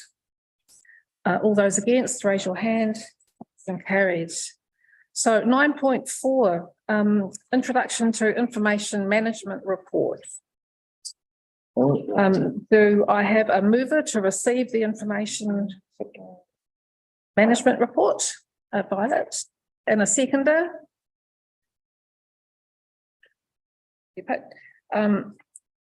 All those in favour, raise your hand. All those against, raise your hand. Motion is carried. Chris, sorry to keep you waiting so long this evening. Educational.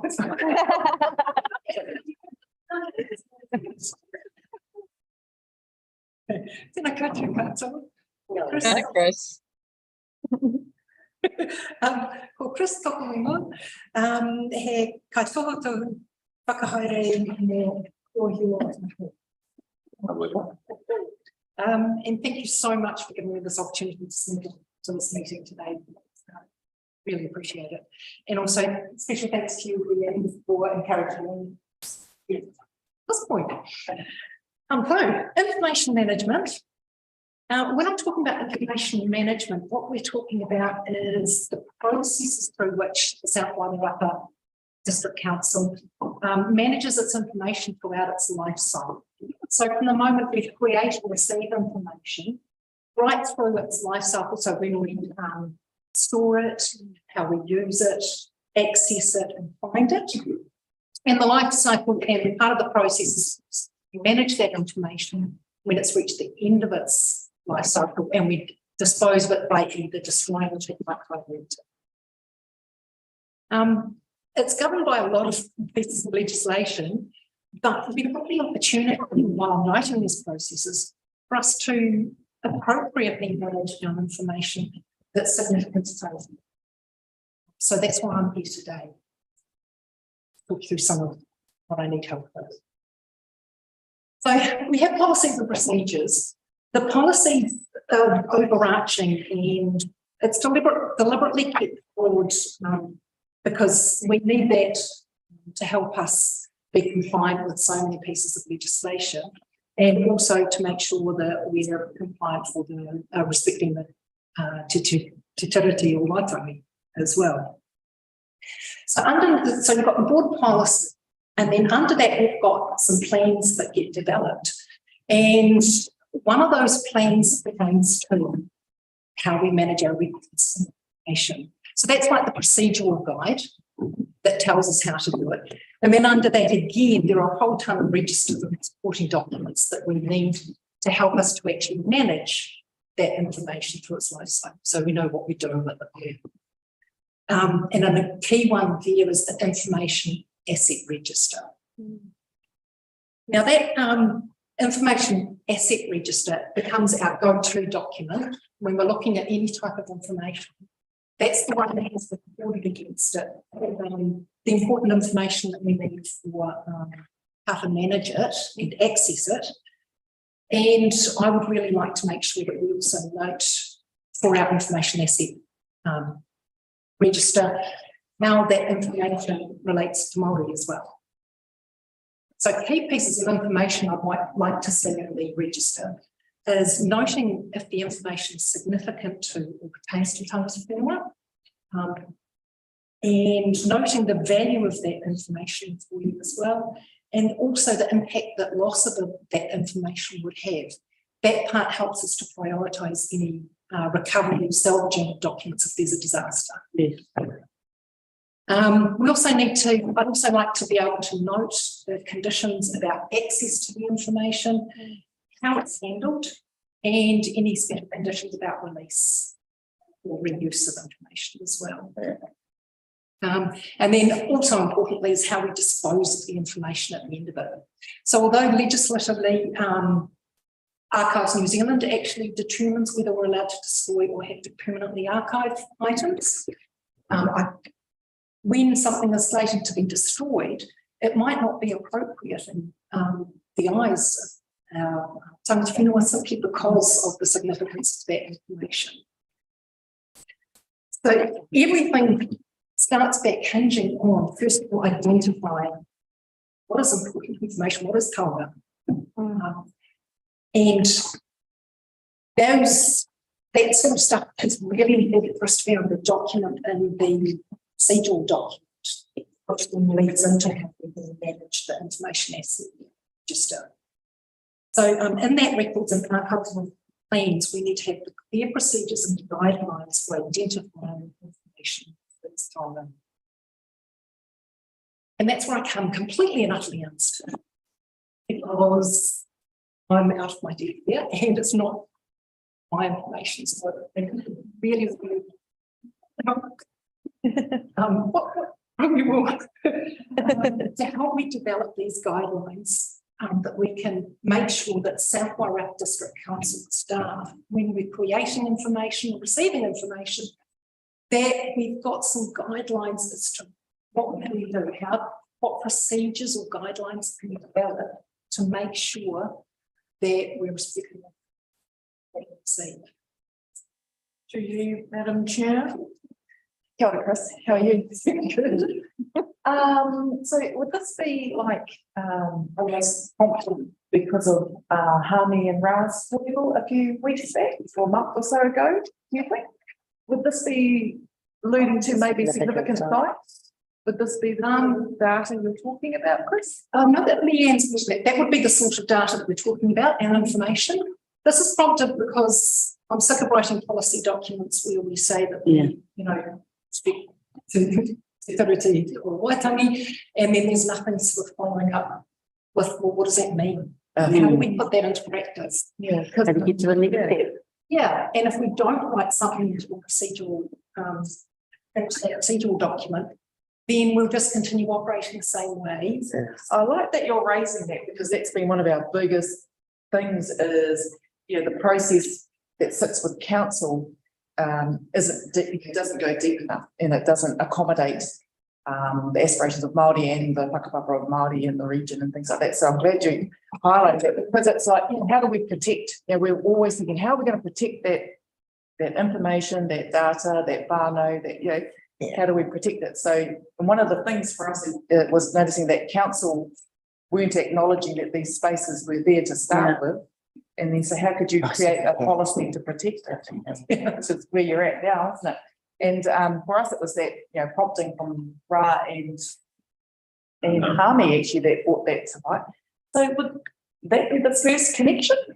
Well, it's slightly different in that I can't, what they do with the information and how it's used. So fall slightly out of the purvey of the control that I can have. But it's about making sure that that information is received, that we acknowledge that it's there, putting it in a register so that for eternity we can know that it's there. And that with that information, that you needed to make sure that it was prioritised as being of significance, that it was protected, and then permanently archived to make sure it doesn't get destroyed or something. Yeah. So We have a question from the Leanne. Sorry, Chris, I'm just going to jump in if that's all right. The first step is, how do we know it's significant to Maori? Before Chris can even do anything around archiving, we've got to have something in the policy to help us to help council to identify a process, probably I think we talked about a process, didn't we, in the policy of who do we talk to identify that it's significant, because council can't do that alone. I can't do that alone, and I'm not even sure the Māori Standing Committee can do that alone. And this goes across council and all policies, because they all have a portion that talks about significance. So that's a big area of thinking before we even move on to storage, because storage will vary between what we're talking about. It could be maps, it could be it could be old maps, it could be the flag, the flag that's found in the bottom of the Kaununi flag, things like that are still, these are all sort of forms of information, be it physical, internet or online. So big area of work, and I would just like to suggest that we're open to supporting Chris to find ways to put this into something safe that looks after things for the future. We're all about protecting taonga, because it all comes back to that that little bit at the bottom that says that all council information, bottom of page 49, records and archives will be managed in accordance with obligations under Te Tiriti o Waitangi and in acknowledgement of the right of Māori to access, use and reuse records that are considered taonga. There you go. Wow. Who's going to decide it's a taonga? Who's going to do that? It says council should help. Yeah, well, I'm not suggesting like anybody, but we have had, Violet and myself and Ekohino, we've had a talk with Boss Leach and his wife. And he stated that he's not going to be around forever. So we need to use him while he's we need here. to use him while his brain is still here, because what he's got in his head isn't on paper at the moment. It's not in the archive. It is kind of, but it's his brain, and he'll be the one. He knows everything. So he's a professor. Him and his wife. Well, it's not so much a question, Madam Chair, as an observation that me at least, the issue with sites of significance is that we take the steps to protect them, and taking the steps to protect them is more than just identifying them, because as we all know, large numbers are already identified. But what they are not is in the district plan, which is the requirement, the legal requirement that we need to make sure happens, to make sure that they can be protected from some of the sorts of things happening to them. And of course, that's essentially when we had Ra and Harvey here, we basically ended up, if you look in the minutes, we basically said to the planners, listen to what listen to what Harvey says and do what they tell you. Now, that's probably not the complete list of sites of significance, because there are other sites that are not public. People for whom they're significant might never wish them to become public. Well, that's their perfect right. That's their perfect right. But now the thing which I think is exciting in the information technology world is that once we've got those sites listed, can we make it easy for people to get access to the information rather than having to dig their way through a combined district plan, which is kind of this thing. And then the next thing, which I think is an exciting possibility, is for many of those sites, the council will actually also hold other information. We will have who owns the land, for example, who were the previous owners, how did it come to be alienated from Maori in the first place?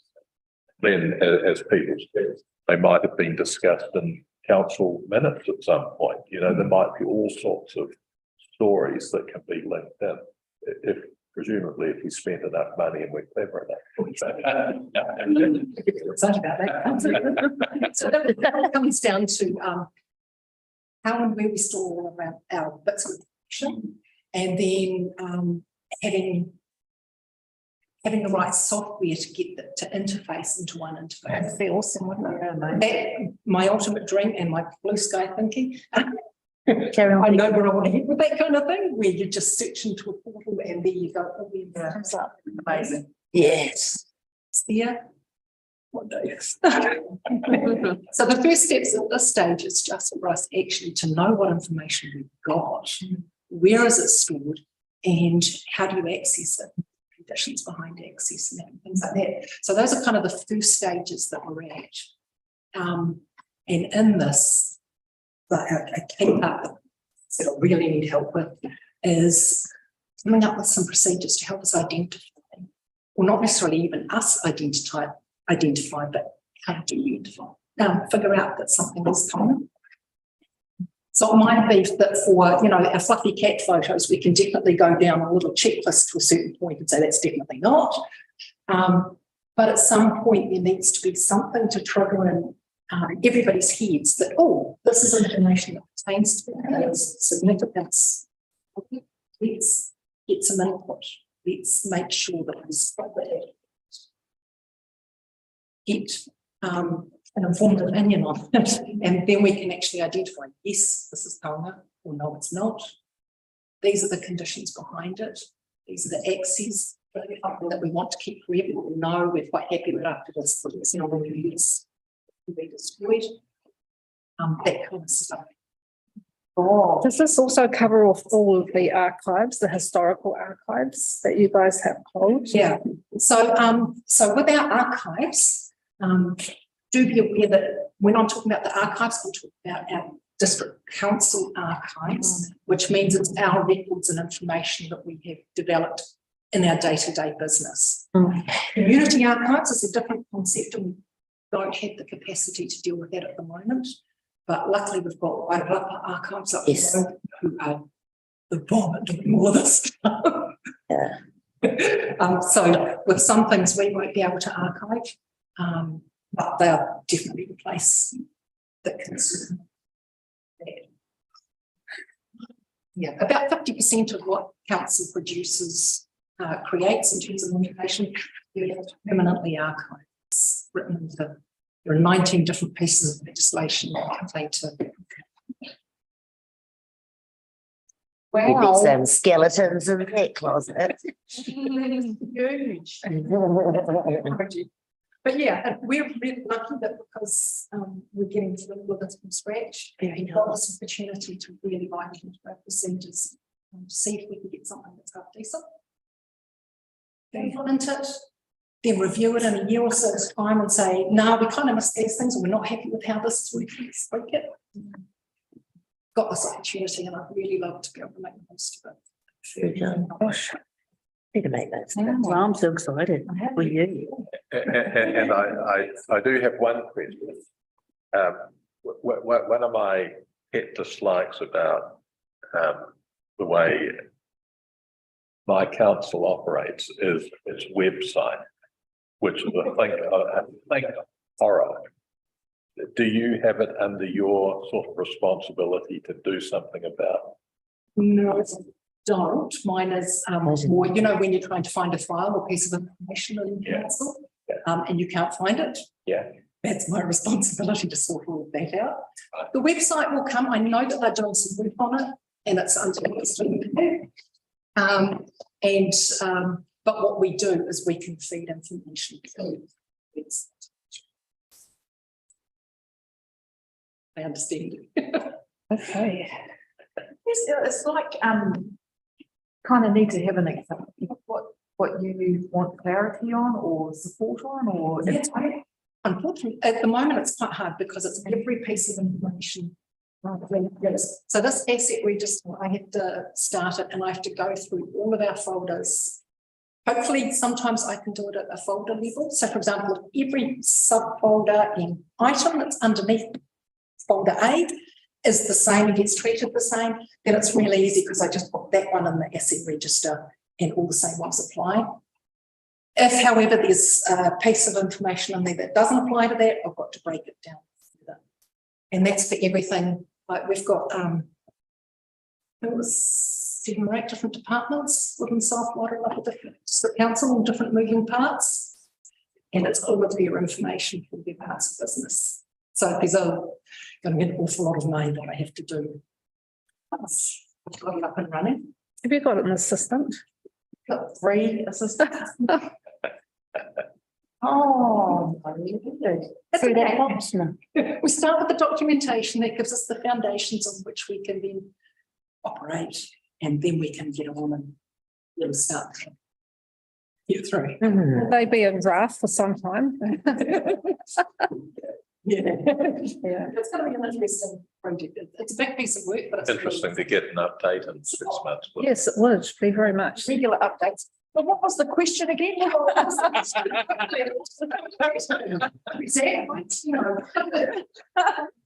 I'm basically coming hand in hand asking for some help and support to help me start to develop the guidelines. Teachers to respect information that she's receiving. Yeah, so that we can then get a process in place to help some district councils so they know what to do. Well, she won't stand on anybody's toes while she's trying to archive it. Yeah. Let's make sure that, when it gets to archives, it's the information we have got to the button. Yeah. Well, he was not so ineffective. So if I can get saying and then have some go-tos that I can liaise with. Get guidance, because I don't know what to do. Well, this is really fascinating. Yeah, you've got it. I think that we'd really got a bit of an update every hui almost. Yeah. Yeah. Which of the 4 committees? You think this Is it risk and assurance? Where does it sit? Is it infrastructure? No, I sit in information. I sit on my own, and I rock it's important. There's no committee to help you. In much like councils, we come under we're part of what's called the glamour industry.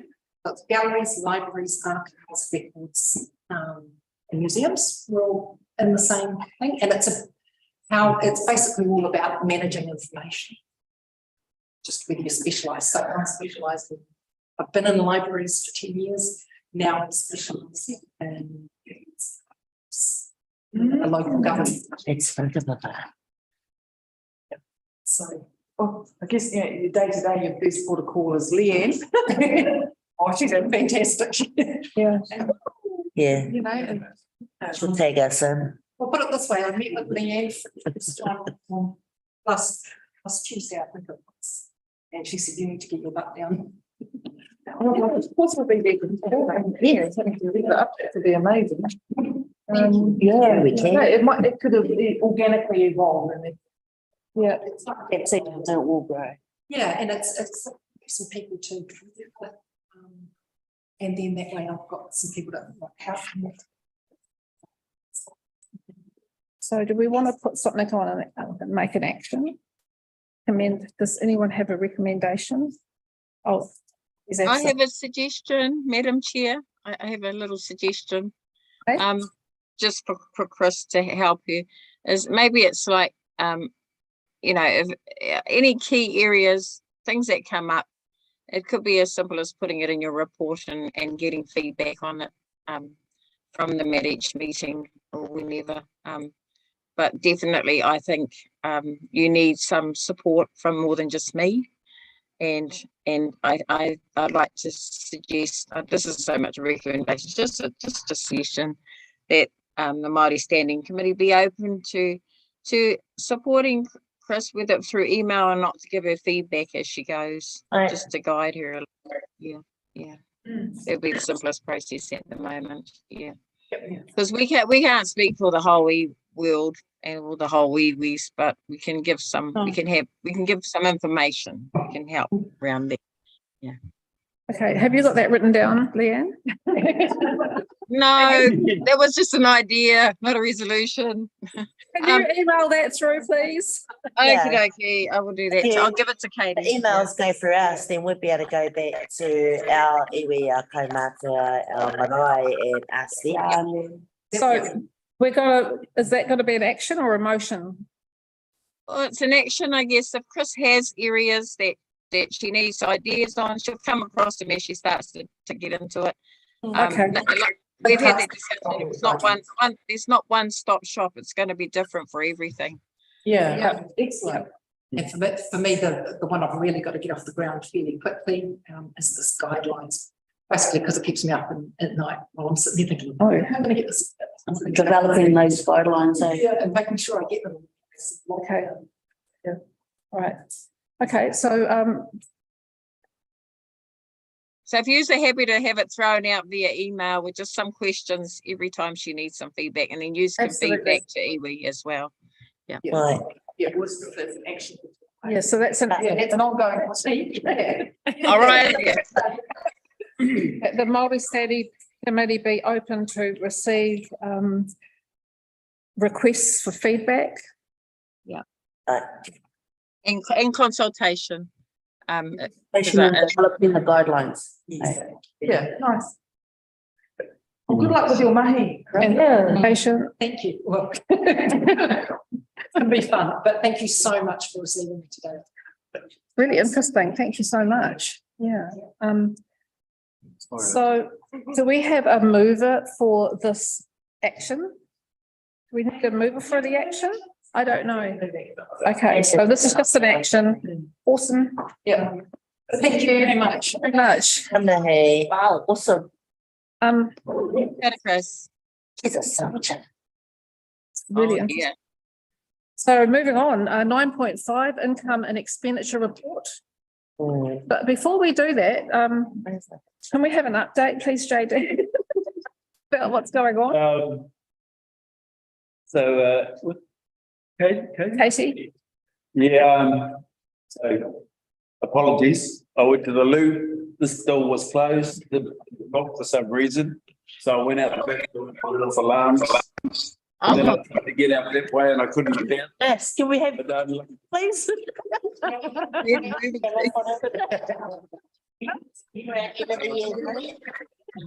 no excuse, sorry. The toilet's locked. Dog security. The toilet had to set the alarm off. I shut the door because it was cold. I didn't realise it locked. No, the toilet is locked. The toilet. You can go to the loo and the toilet's locked. You've got to pull, That's why not. I went out the back door. It's Slide it.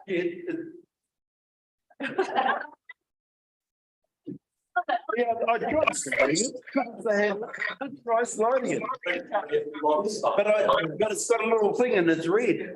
It's locked. So It locked from the inside though.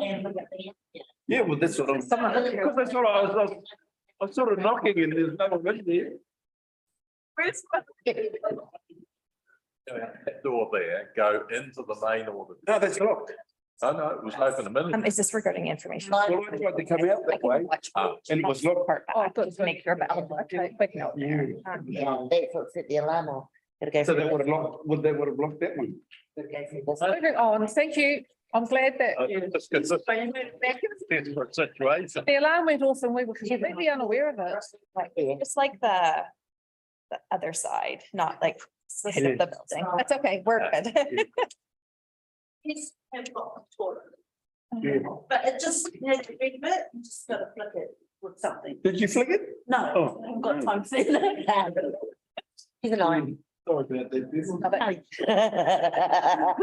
Is it an action or? It's definitely an action. I think. And I've got your water. And we're becoming hysterical, so. Income and expenditure. Yeah, meeting to order. 9.5 income and expenditure report. Do we have a mover to receive the report, please? Right. And a seconder? Seconder. All those in favour, raise your hand. Any against? No. So does anyone have any any questions or feedback regarding that? I've got a few things. Well, none of those numbers have changed. Yeah, Okay, yep. Our budget. Yep, so what have I got here? We didn't get any new money in our budget this year. Okay, so on the 16th of May 2022, Featherston Matariki Day events needs a correction. So that is on the expenditure detail for period ending 16th of May. 3 March. That's on page 59.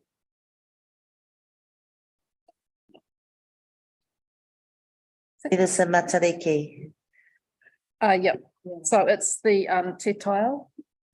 And it's the bottom entry that Aitu Mokai received in conjunction with Puhanui Marae, $900 for the Featherston Matariki Day event. Yeah. We didn't. So Aitu Mokai could be removed. That's at the bottom.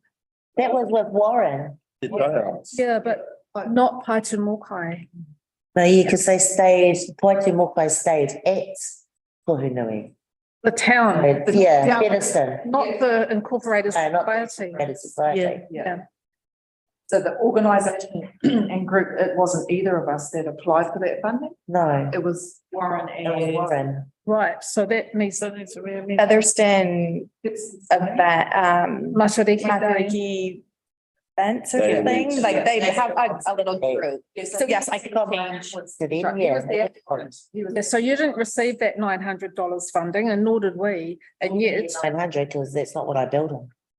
the organisation and group that received the funding is documented as us and it needs to be changed. Yeah. Plus, we actually haven't had any reporting back on how that event even went. Yes. No, we haven't. So you mean a reconciliation report? Yeah. Yeah. Yeah, because they stayed at Puhunui. I had to unlock it for them, because we had our book launch the same weekend. For Wairarapa Moana. The other thing that came up was on the tautoko.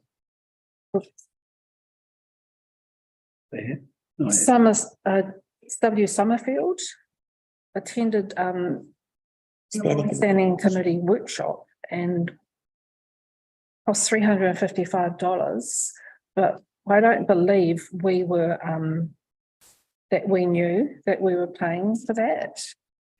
I did read. Yeah. Fonts though, and Amanda's gone now. Yeah, I wasn't sure completely. Because I'm pretty sure I didn't expect that to come out of the Maori Standing Committee budget. I think I was just letting us know that it would be built because he builds his time. So unless Amanda can find something where obviously take it out of that budget, which is I wouldn't have been able to do anyway, it's something.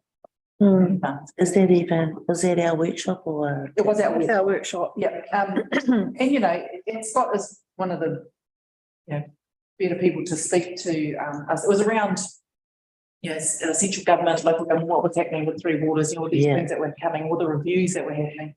But he's in a very good position to be, to have skill to talk to that. So it was quite good to have him come and talk at our workshop. But I didn't realise that we didn't build for it. So I thought that it would actually be coming from council, but that needs some clarity, I guess. Yeah. Martin's speaking. Oh, sorry. Thank you, Chair. If we look down the left-hand side, it appears to me that somebody has dated every payment to what I assume is a resolution of this committee. So it should be fairly straightforward to look up, did we have a meeting on the 31st of October and did we resolve to? This should be pretty simple, I think. Yes, we did. So I don't believe that there was a formal resolution in the committee for that funding. I know that the community boards, and I believe you as well have an training budget or like a consultant budget or operational budget that is allocated through the annual plans. And typically funding for training or workshops or things like that are funded through that overhead budget. So I'm not sure. I can verify with Amanda, but that's typically how it works. So I think that probably is. I mean, I also, this is just me personally, because I'm a simple person, but normally you have expenditure details for a financial year, as in June, July 2023 through to, and obviously at this stage it's March of 23. I mean, it's very unusual to do this sort of thing by going back to August of 2020. 2020, yeah. I mean, it ends up making us look as though we've got vast amounts of money. We really don't have. And even though it's called I think it's called a income and expenditure report, there isn't a lot of reference to the income and expenditure.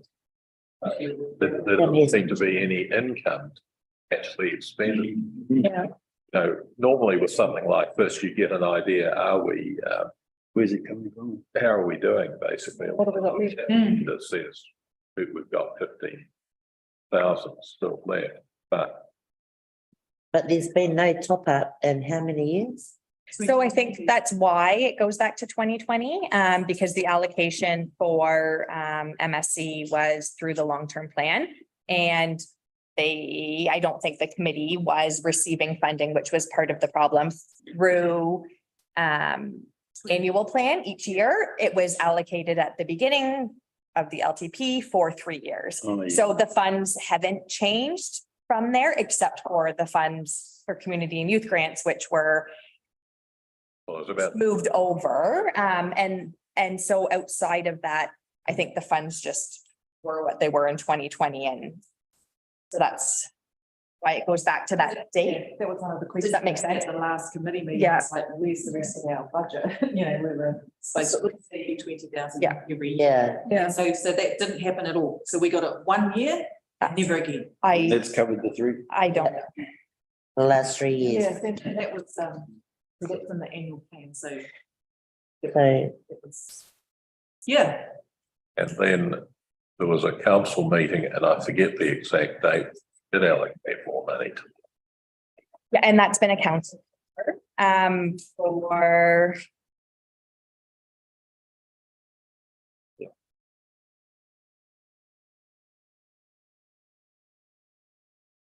Application, $4,000.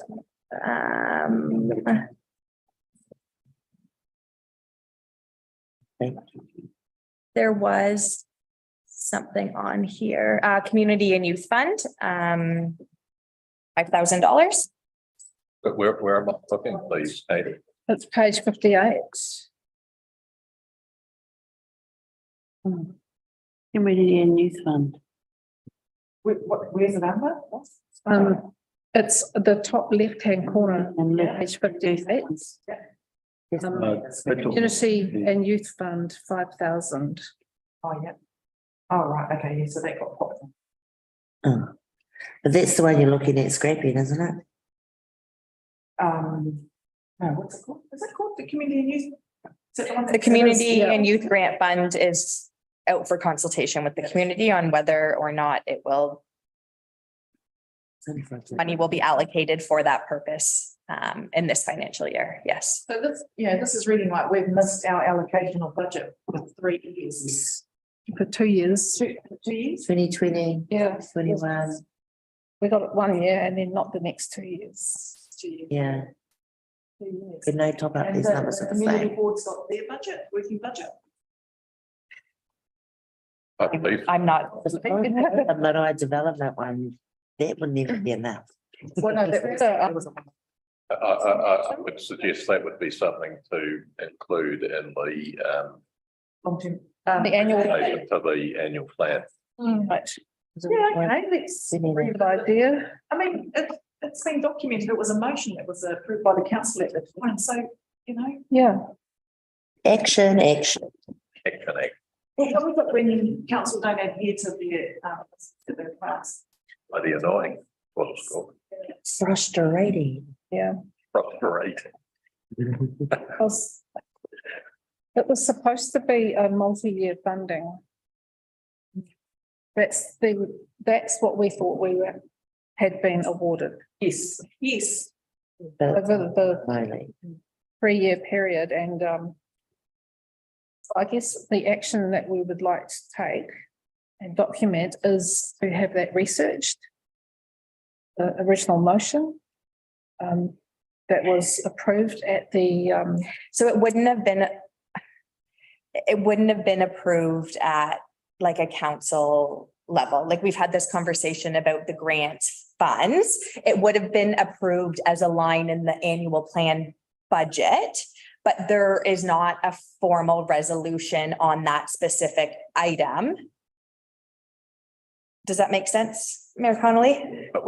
Yes, it does. Okay. Except that the annual plan is subject to resolution. So if the annual plan said this is the amount of money we're allocating, we will have resolved to accept the annual plan. I don't know if you Agreed? I did. Yes. Yes. Yes. I'm just like, it's the same sort of thing was queried by the Martinborough Community Board regarding Payne Farm funding. And Karen was able to explain it. I can put your query through to finance. I'm not sure. But yeah, I can make a note. Did you want clarification on the entire budget? Yeah. And whether or not there has been funding allocated for the last two? Yeah. It would be this financial year. So that would be 1st of June. Right. And then the previous year as well. Yep. Yeah. Thank you. Still need There's a it. few more bits on that protocol. Clarify. Okay. Oh, that one. Yes.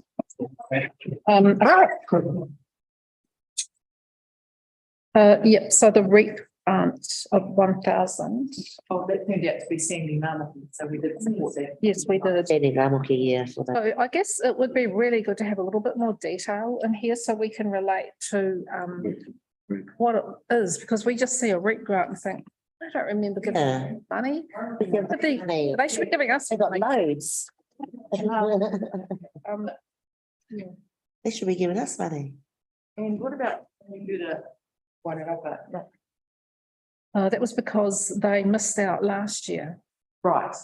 And Andrea was across this and she approved to have, for them to receive Last year. and this year's. Yeah, except that it should have been reviewed at the end of the training last year. So, and that's in the MOU. And we didn't. review it. And we didn't.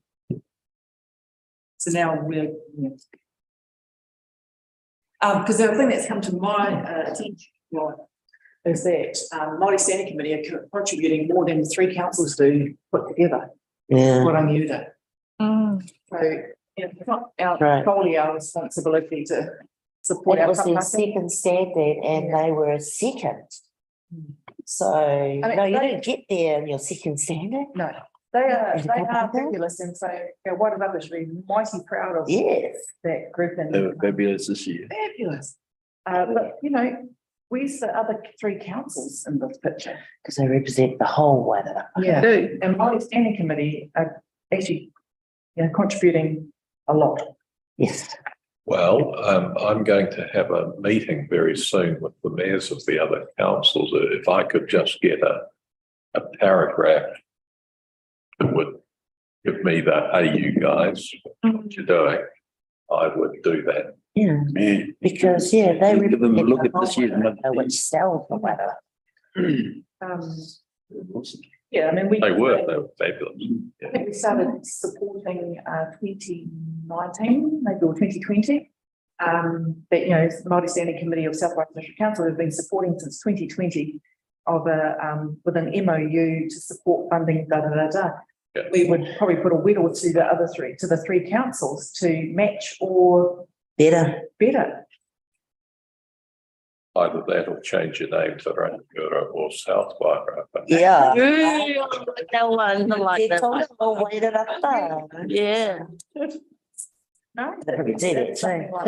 You got a pukana after you say that. Verify, this was a 3-year MOU from 2019 through to 2022. The funding was not allocated in 2020 or 2020. So in 2020 or 2021.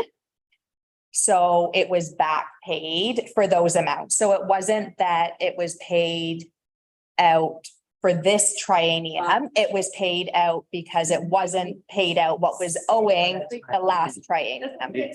You know, something there, because 2020, we not only did that as an ongoing MOU, an agreement with the Kapahaka group of Wairarapa, and we didn't fulfill our agreement. That's embarrassing, you know. For our as a Māori Standing Committee, that is not shame. Cool. But may I just say that the MOU, because they are GST registered, was based on them invoicing the committee and council for that, which they did not do. There were follow-up emails requesting an invoice for the payment of the MOU, which were not fulfilled.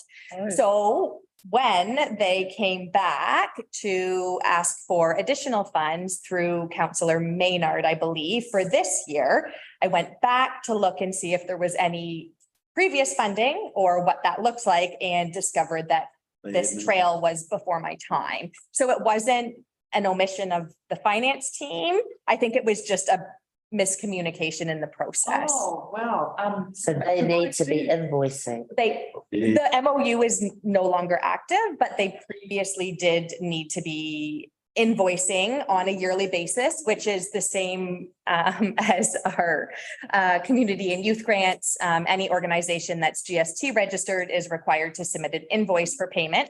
And they're noted of that in their letter of acknowledgement. So we're square now.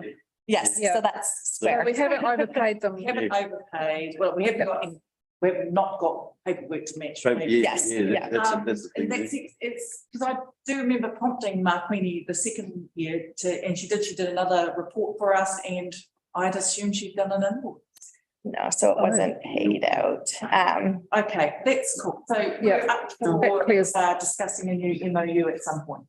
Yes. If they would like to apply through a grant application, the committee can consider an MOU if they wanted to look at funding over the remainder of the triennium.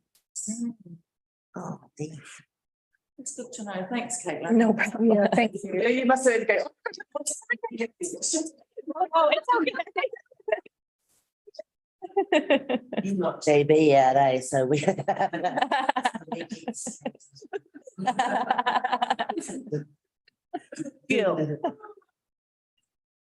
Okay. Because those things just don't say. There's not enough detail. It's not very clear. I agree. I can request. To agree on that, yeah. You know, and that was an application for funding, and it, you know, it wasn't recorded correctly. So it implied there was something, you know, that there was a different applicant in it. Yeah. The other thing that I would like shared with us is when we do give people funding and then they send back their you know, their funding yeah. What is the terminology? I think I'm report. accountability. We don't get to see that.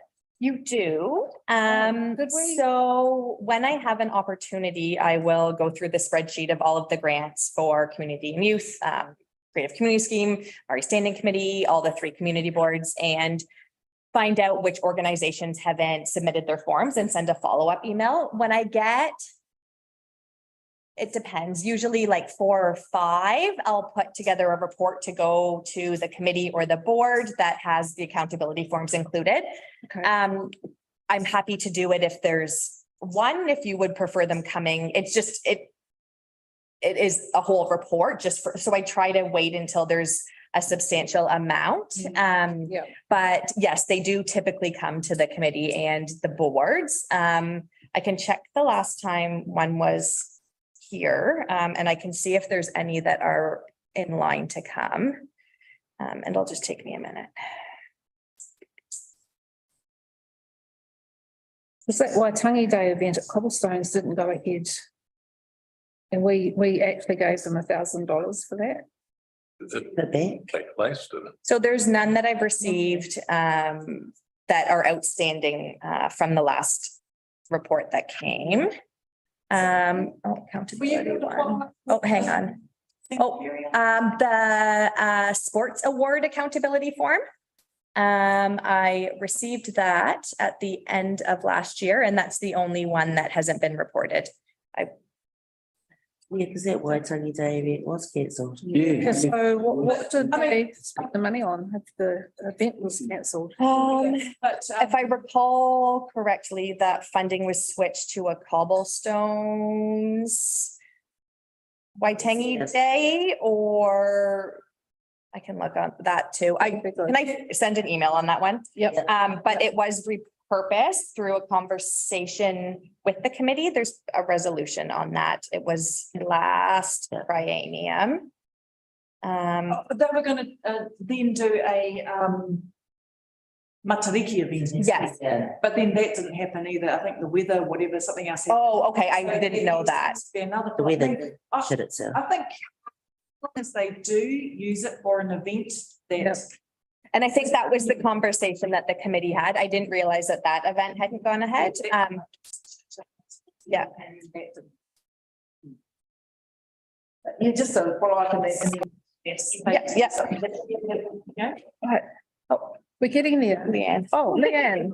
Kia ora. I just wanted to, so having had a little bit of accounting experience, and you're quite right, you don't normally bring all these expenses forward again. But I just wanted to make sure we all realise that these expenses have already come to meetings.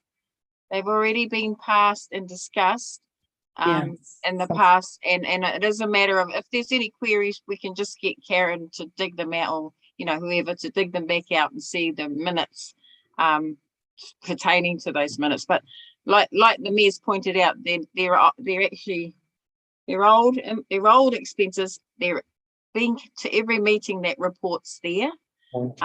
So we're kind of going back over stuff that had already been passed. No, but that's not the query though. The query is the way it's been recorded. Oh, yeah. So I mean, Grant, what did that tell you? It turned out to be, Standing Namuki. Yeah. And that's who filled out the Sanitizing packs, and it was standing Namuki. So, that doesn't tell us that. Shouldn't have And the one with Scott, well, the question is, did we have a resolution that said that the Māori Standing Committee would cover his costs? I don't recall it. I mean, I've got a terrible memory. So Amanda's just, I asked Amanda, she said that they weren't, that an invoice came in, and well, no one was expecting an invoice for Scott, so. True. No, I did give heads up that he would be billing it. Okay. Yes. That's for nothing. Okay, so is there any more discussion around the financial report? The expenditure report. Is that everything? Okay, let's move on to 9.6, the financial assistant report. Do we have a mover, please? Yes. Mayor Foley.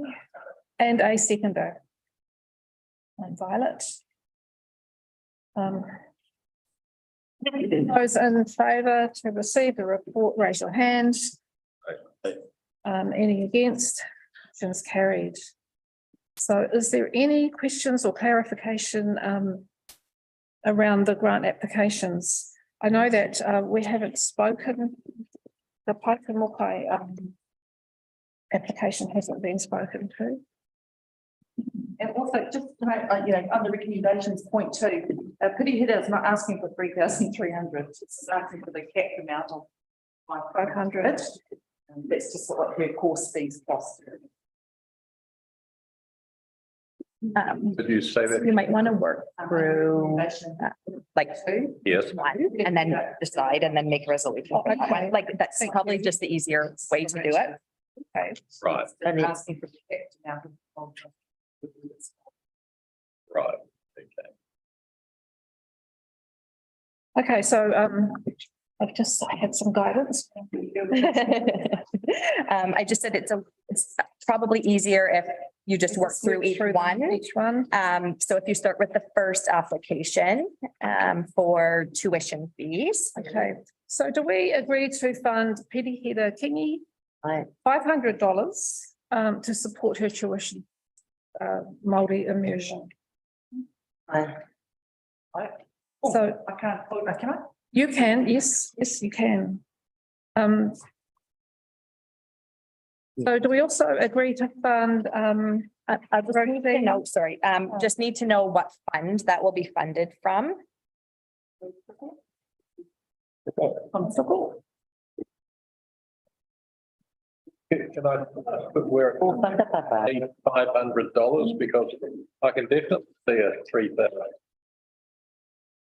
Yeah, that's what I, Okay, without any trouble, Yeah, but I just struggle to see the $500 figure. she failed to fill out the amount of the grant sought. But we have since found out that her intention was to ask 500. Right, okay. It's just kept it. Is that okay? Can we proceed? Oh, yeah, yeah. Good. I mean, it's, I suppose just my concern would be that if she had thought she was asking 3,000 and she got 500, she might just sort of wonder what's, but if that's not. Yeah. Okay. And the next one is Roisin Hooper, who has requested the amount of $500 to help her to put towards the cost of a new Chromebook for her studies. Aye. So do we agree to fund this one? My recollection is that it costs a bit more than that, doesn't it? That Yes, it does. Yeah. is that not? And I mean, I did feel that the 689 was quite a modest application. Are we obliged to make it 500 or what? so the committee has agreed that for individual applications for financial assistance, the maximum grant will be $500 unless special circumstances are considered to exist. So that's a decision that the committee will need to make. Okay. Do we have any? Well, I mean, just because, I mean, actually, in a way, it's a pity we didn't ask. We had the opportunity, but can we ensure the missing $189 is going to be found? I mean, some people would now struggle with that and then wouldn't be able to get the device for. He does have a part-time job, it's sort of mahi for me, but she also works at Palliser. So it also suggesting that she get her butt down there and get the mahi in. Mums, eh? So who's vying for mean mother of the year? Award? I'll be you, don't you worry. Okay, well, that sounds good. It's for so long, it's not gonna be. Thank you. Mhm. Is that funded from the same fund? Yes, it will be, yeah. It's the bag of mum. I want a computer case to put the laptop in. Oh. And she would want antivirus protections as well. Yes, they cost a lot. I think you get that through the road. Yes, You you get Microsoft Regs. Yeah, as a student, eh? Yes, Yeah. student, yeah, it's. Okay, so moving on to the next funding application. Give it 500 or something. What, you All right. stay out of it. So there's been a conflict of interest. Yeah, so you will be unable to vote, as you've declared a conflict of interest, but you're welcome to speak to the application, as everyone else was able to do that as well. And first of all, I'm going to apologise for the shadow there. I was using my, in notes, there's a scanner in notes. I don't know if you discovered that. And you had a shadow And, on yeah, and I there. was just going like this, and oh, darn. Oh, next Oh, time. that, all right, okay. Shadow. Yeah. But, You're consistent. yeah. So our application is, to do our driveway, but it's an infrastructure really. It's to add a turning bay next to the nursery. Only because last year we had, trucks coming, or not trucks, 4-wheel drives coming in, picking up their plants, and they ripped up our lawn. And You need a real driveway. so soft in the winter time, that's the time when they're going to get their plants in plant. And it got big massive ruts. So, and then the summertime came around and it dried. And then that just became a real hazard. It's like, you break your ankles on it, Yes. kind of stuff. So this year we thought we'd try and get ahead of it and get organised and put a turning bay in there for vehicles for drop up. And of course, the other part of our application is for irrigation in our seedling. So, our seedling shed has got 2 lines of trolleys, seed trays in it, and we're setting up our irrigation so it sprays out. We've got workbenches right down the middle.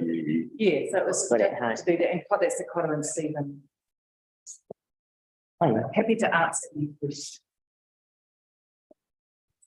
We've got the same thing here, Kohinui. Does Cotter and So Stephen that see you? Yeah, so they put a sprinkler system in.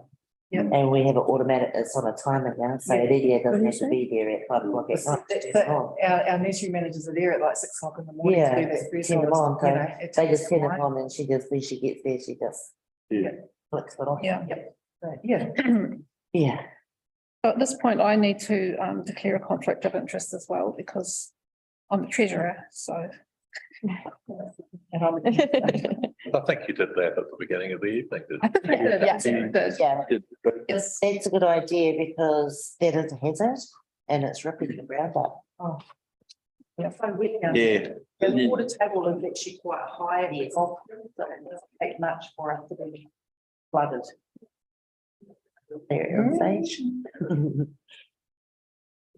But that's a great idea, getting a tuning bay. That'll save you a lot of. Yeah, and there's this ripped really up cool anyway. guy down in Featherston called Yardworks. And yeah, he just had all the gadget, he had a drone, and he went up and photographed it, and he put some points in the turning points. And he's gonna scrape it out and then rebuild it into like another bun for us, rather than another flower garden. Yeah. And it's just, or plant garden, just so that vehicles know not to cross the grass and. Is it where the old sheds used to be, the old big sheds? People are rude. Yeah, the golf Yeah, course. so that's the that's the weed map. Oh, The outbuildings are here. Oh, yeah. And our new. We'll just need a mover and a seconder Oh, for. yeah. Oh, because that was always on the background. But we haven't asked if we agree to fund it yet. No. Oh, yeah. Yeah. Oh, so it's not around? Oh, yeah, it's not a turnaround, but We nearly it's a said. back end. Oh, yeah. You're doing such a good. Yeah, they probably What say. was it me? Why He designed that, did he? When Anthony got there. Yeah. Yes, they must have found out. And yeah. All right, do we have any thoughts on that? Any more questions? Well, I move that we approve that. Second that. Yeah, I just, I'll Let's make do it it. with it. That's good. Yep. So Anita? all those in favour, raise your hands. Any against? Motion carried. Thank you. We just note that the 2 people who expressed a conflict of interest did not vote. Thank you. And please note the information for the.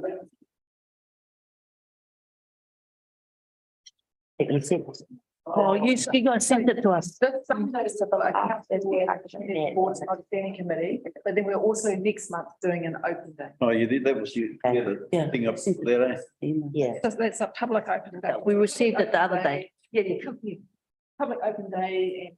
Yeah, that's on we'll have Sunday. for sale and. But yeah, otherwise we're going to come see you on Sunday. I hope so. Hope I'm not the only one there. And I'll be there. Well, oh, good. We'll try to But be isn't there it- because we'll be at Papua till about 12:30 at the stroke. Oh, There's a stroke. We've had going on. about 10 RSVP. Oh, good. And Receive the report and then any comments on the actions. so the nursery, we named it here Kotari, and that's our little. Oh, yeah. And we've just been talking with Chris Miller about a logo. And so it's, Beautiful. yeah, it's huge. Oh, God. So he gave us 5 options. So. And because our nursery managers, she does everything by maramataka. So it's the moon Aye, and aye, the aye. silhouette to the moon. Yeah, it's lovely, isn't it? With our power shell in there, which is.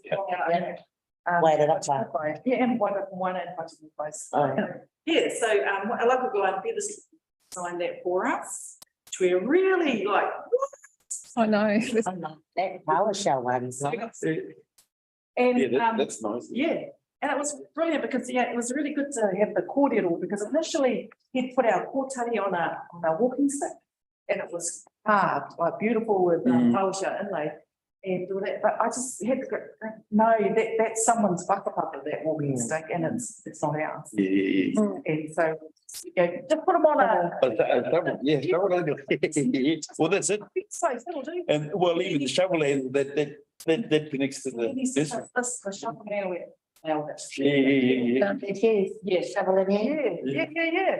The So, reason we named our nursery here Kotari is because when we were initially out there on the platform that we'd scraped out, the 3 of us were standing there chatting Kotari came over. and sat on the fence post and looked at us like this, and we thought, oh, wow, That's the name. that's it. That's when I came and told you. He did. so, yeah, but yeah, the shovel end away, it's just. Yeah, that is, Real cool. yeah. You know, man leaning on a shovel. It's normal. We leave the topic of financial assistance. Yes. I have the strong feeling that somewhere in here I read about employing a carver. Yes, Annual plan. in the annual Part of our plan. submission. Okay, brilliant. Right. Get the PO done. Yeah. We took, Do you mean, which one do you mean? That was post. I knew I'd seen it somewhere, but I just, The Po and all the towns. yes. Yeah. Yeah, It was part of the- and Perinoa. So I'll write that up because there was actually some budgeting around that. what year was that? So the council secures funding to commission a carver to do a series of PO in each town, including Perinoa. No, well, that's because, he wants to know what's going on with that one. Wants to get it out of his head. Whose shed is it What's the girl's name? Yeah. Yeah. What's the girl's name? Yeah. Dad used to live. Oh, you're talking, Karen You House. know, well, she wants to know what. oh, Maureen. Well, yeah, Maureen's also, Oh, poor thing. that's also, It's still there. yeah, she doesn't know what to do with it. Okay. Bring up, and keep telling you, say, Right. "It's such a good outro." In the lane. Well, Oh, can we move on, please? sorry. So, can we, have a mover to receive the action items report, please? But a seconder? All those in favour? Aye. Any against? Motion carried. So are there any, questions or clarification concerning the action items report? It looks like Can't see it. 246 is, actions. 189, following the strategy noho, which we, it's still. I think that's a work in progress. Yeah. 358 to request current Wellington water budget and report outlining critical issues and risks, including but not limited to safe drinking water and wastewater management. So that's still open. So I think it looks as though there's going to be a water hui. Did that happen? It was scheduled, and then there was a tangi. This was in the previous triennium.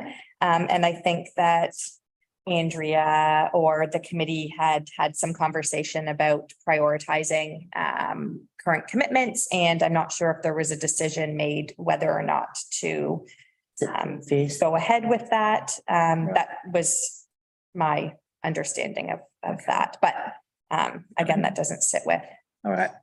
I don't have any update on that one either, so.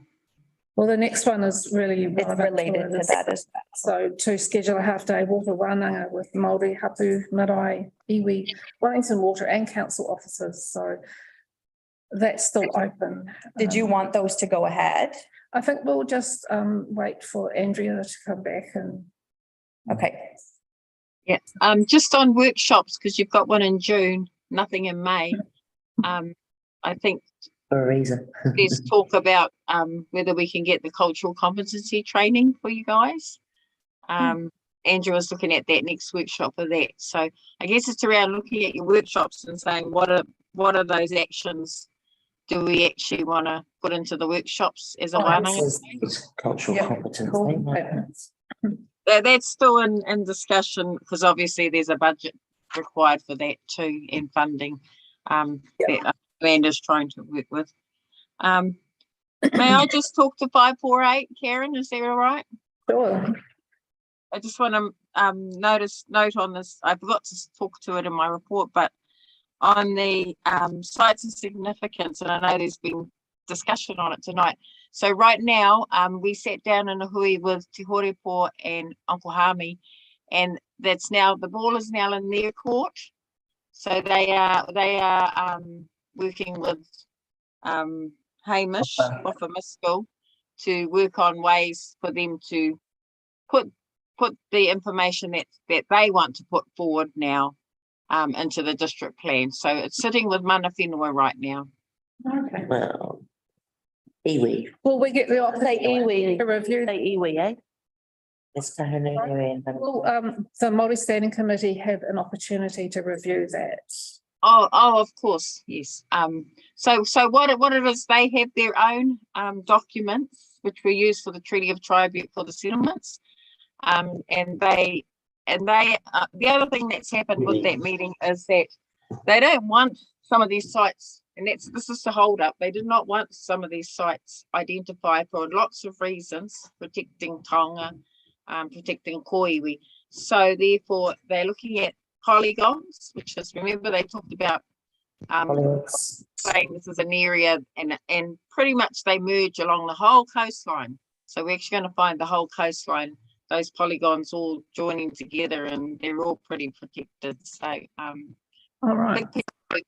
Yeah. Okay. So 548 also the action or task is to request clarification on the 2022-23 operating budget for Māori Standing Committee as adopted through the long-term plan. I feel is what we've already discussed. Yes, so we asked for that to be an action, and it already is an action. And I'm not quite sure how that business around the No, I don't know about that. No, I just saw it there too. Yeah. I was about to ask. That's the district plan. Be there.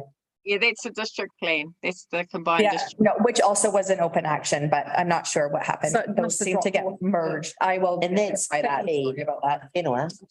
Yeah. And also, Caitlin, you know, this document, that grants policy goes to nothing. It doesn't link to the. No, you can't get in there. We can't. It should just link straight to the website, to the policy on the website. Yeah, that's. You've got to log in. We don't have access. It's got nothing to do. It should just link to the website. I can look at that too. Amazing. So, Our time. Yeah, could I just say one thing?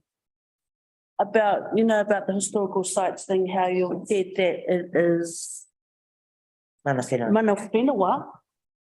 It's not. It's not, it should be iwi. No, so right now, yeah. Because Mana Right, Whenua, and 44 that's represent the iwi. that's when Rangitani is Mana Whenua as well. So it is. Mana Whenua out and say iwi.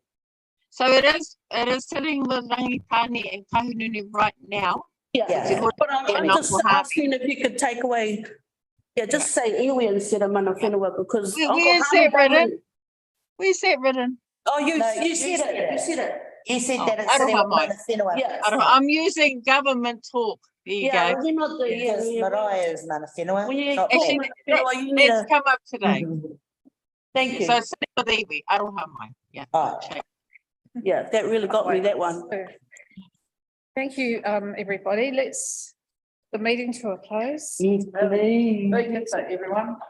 It's been a big one. Aroha mai, I've got to say one more thing. This is Katie's last meeting. She's no longer going to be with us.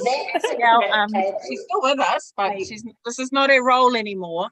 And I just want to do a mihi to her because she's very patient and she has 2 little boys at home waiting every night when she comes to these hui, and she still works a full day. And I think she goes away saying she still enjoys the Maori Standing Committee hui, so that's a good thing. But yeah, so we won't have Katie in this role anymore. So tēnā koe, Katie. Thank you so much. Thank you for everything. You've been awesome, really awesome. Yeah, we're gonna, I won't be getting emails from you. So do we close with a karakia? Would anyone like to? Please. JD.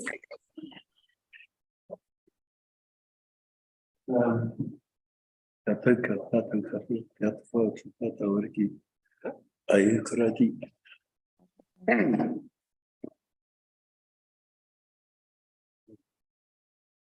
Me te aroa o te atua, me te whiwhinga taitanga.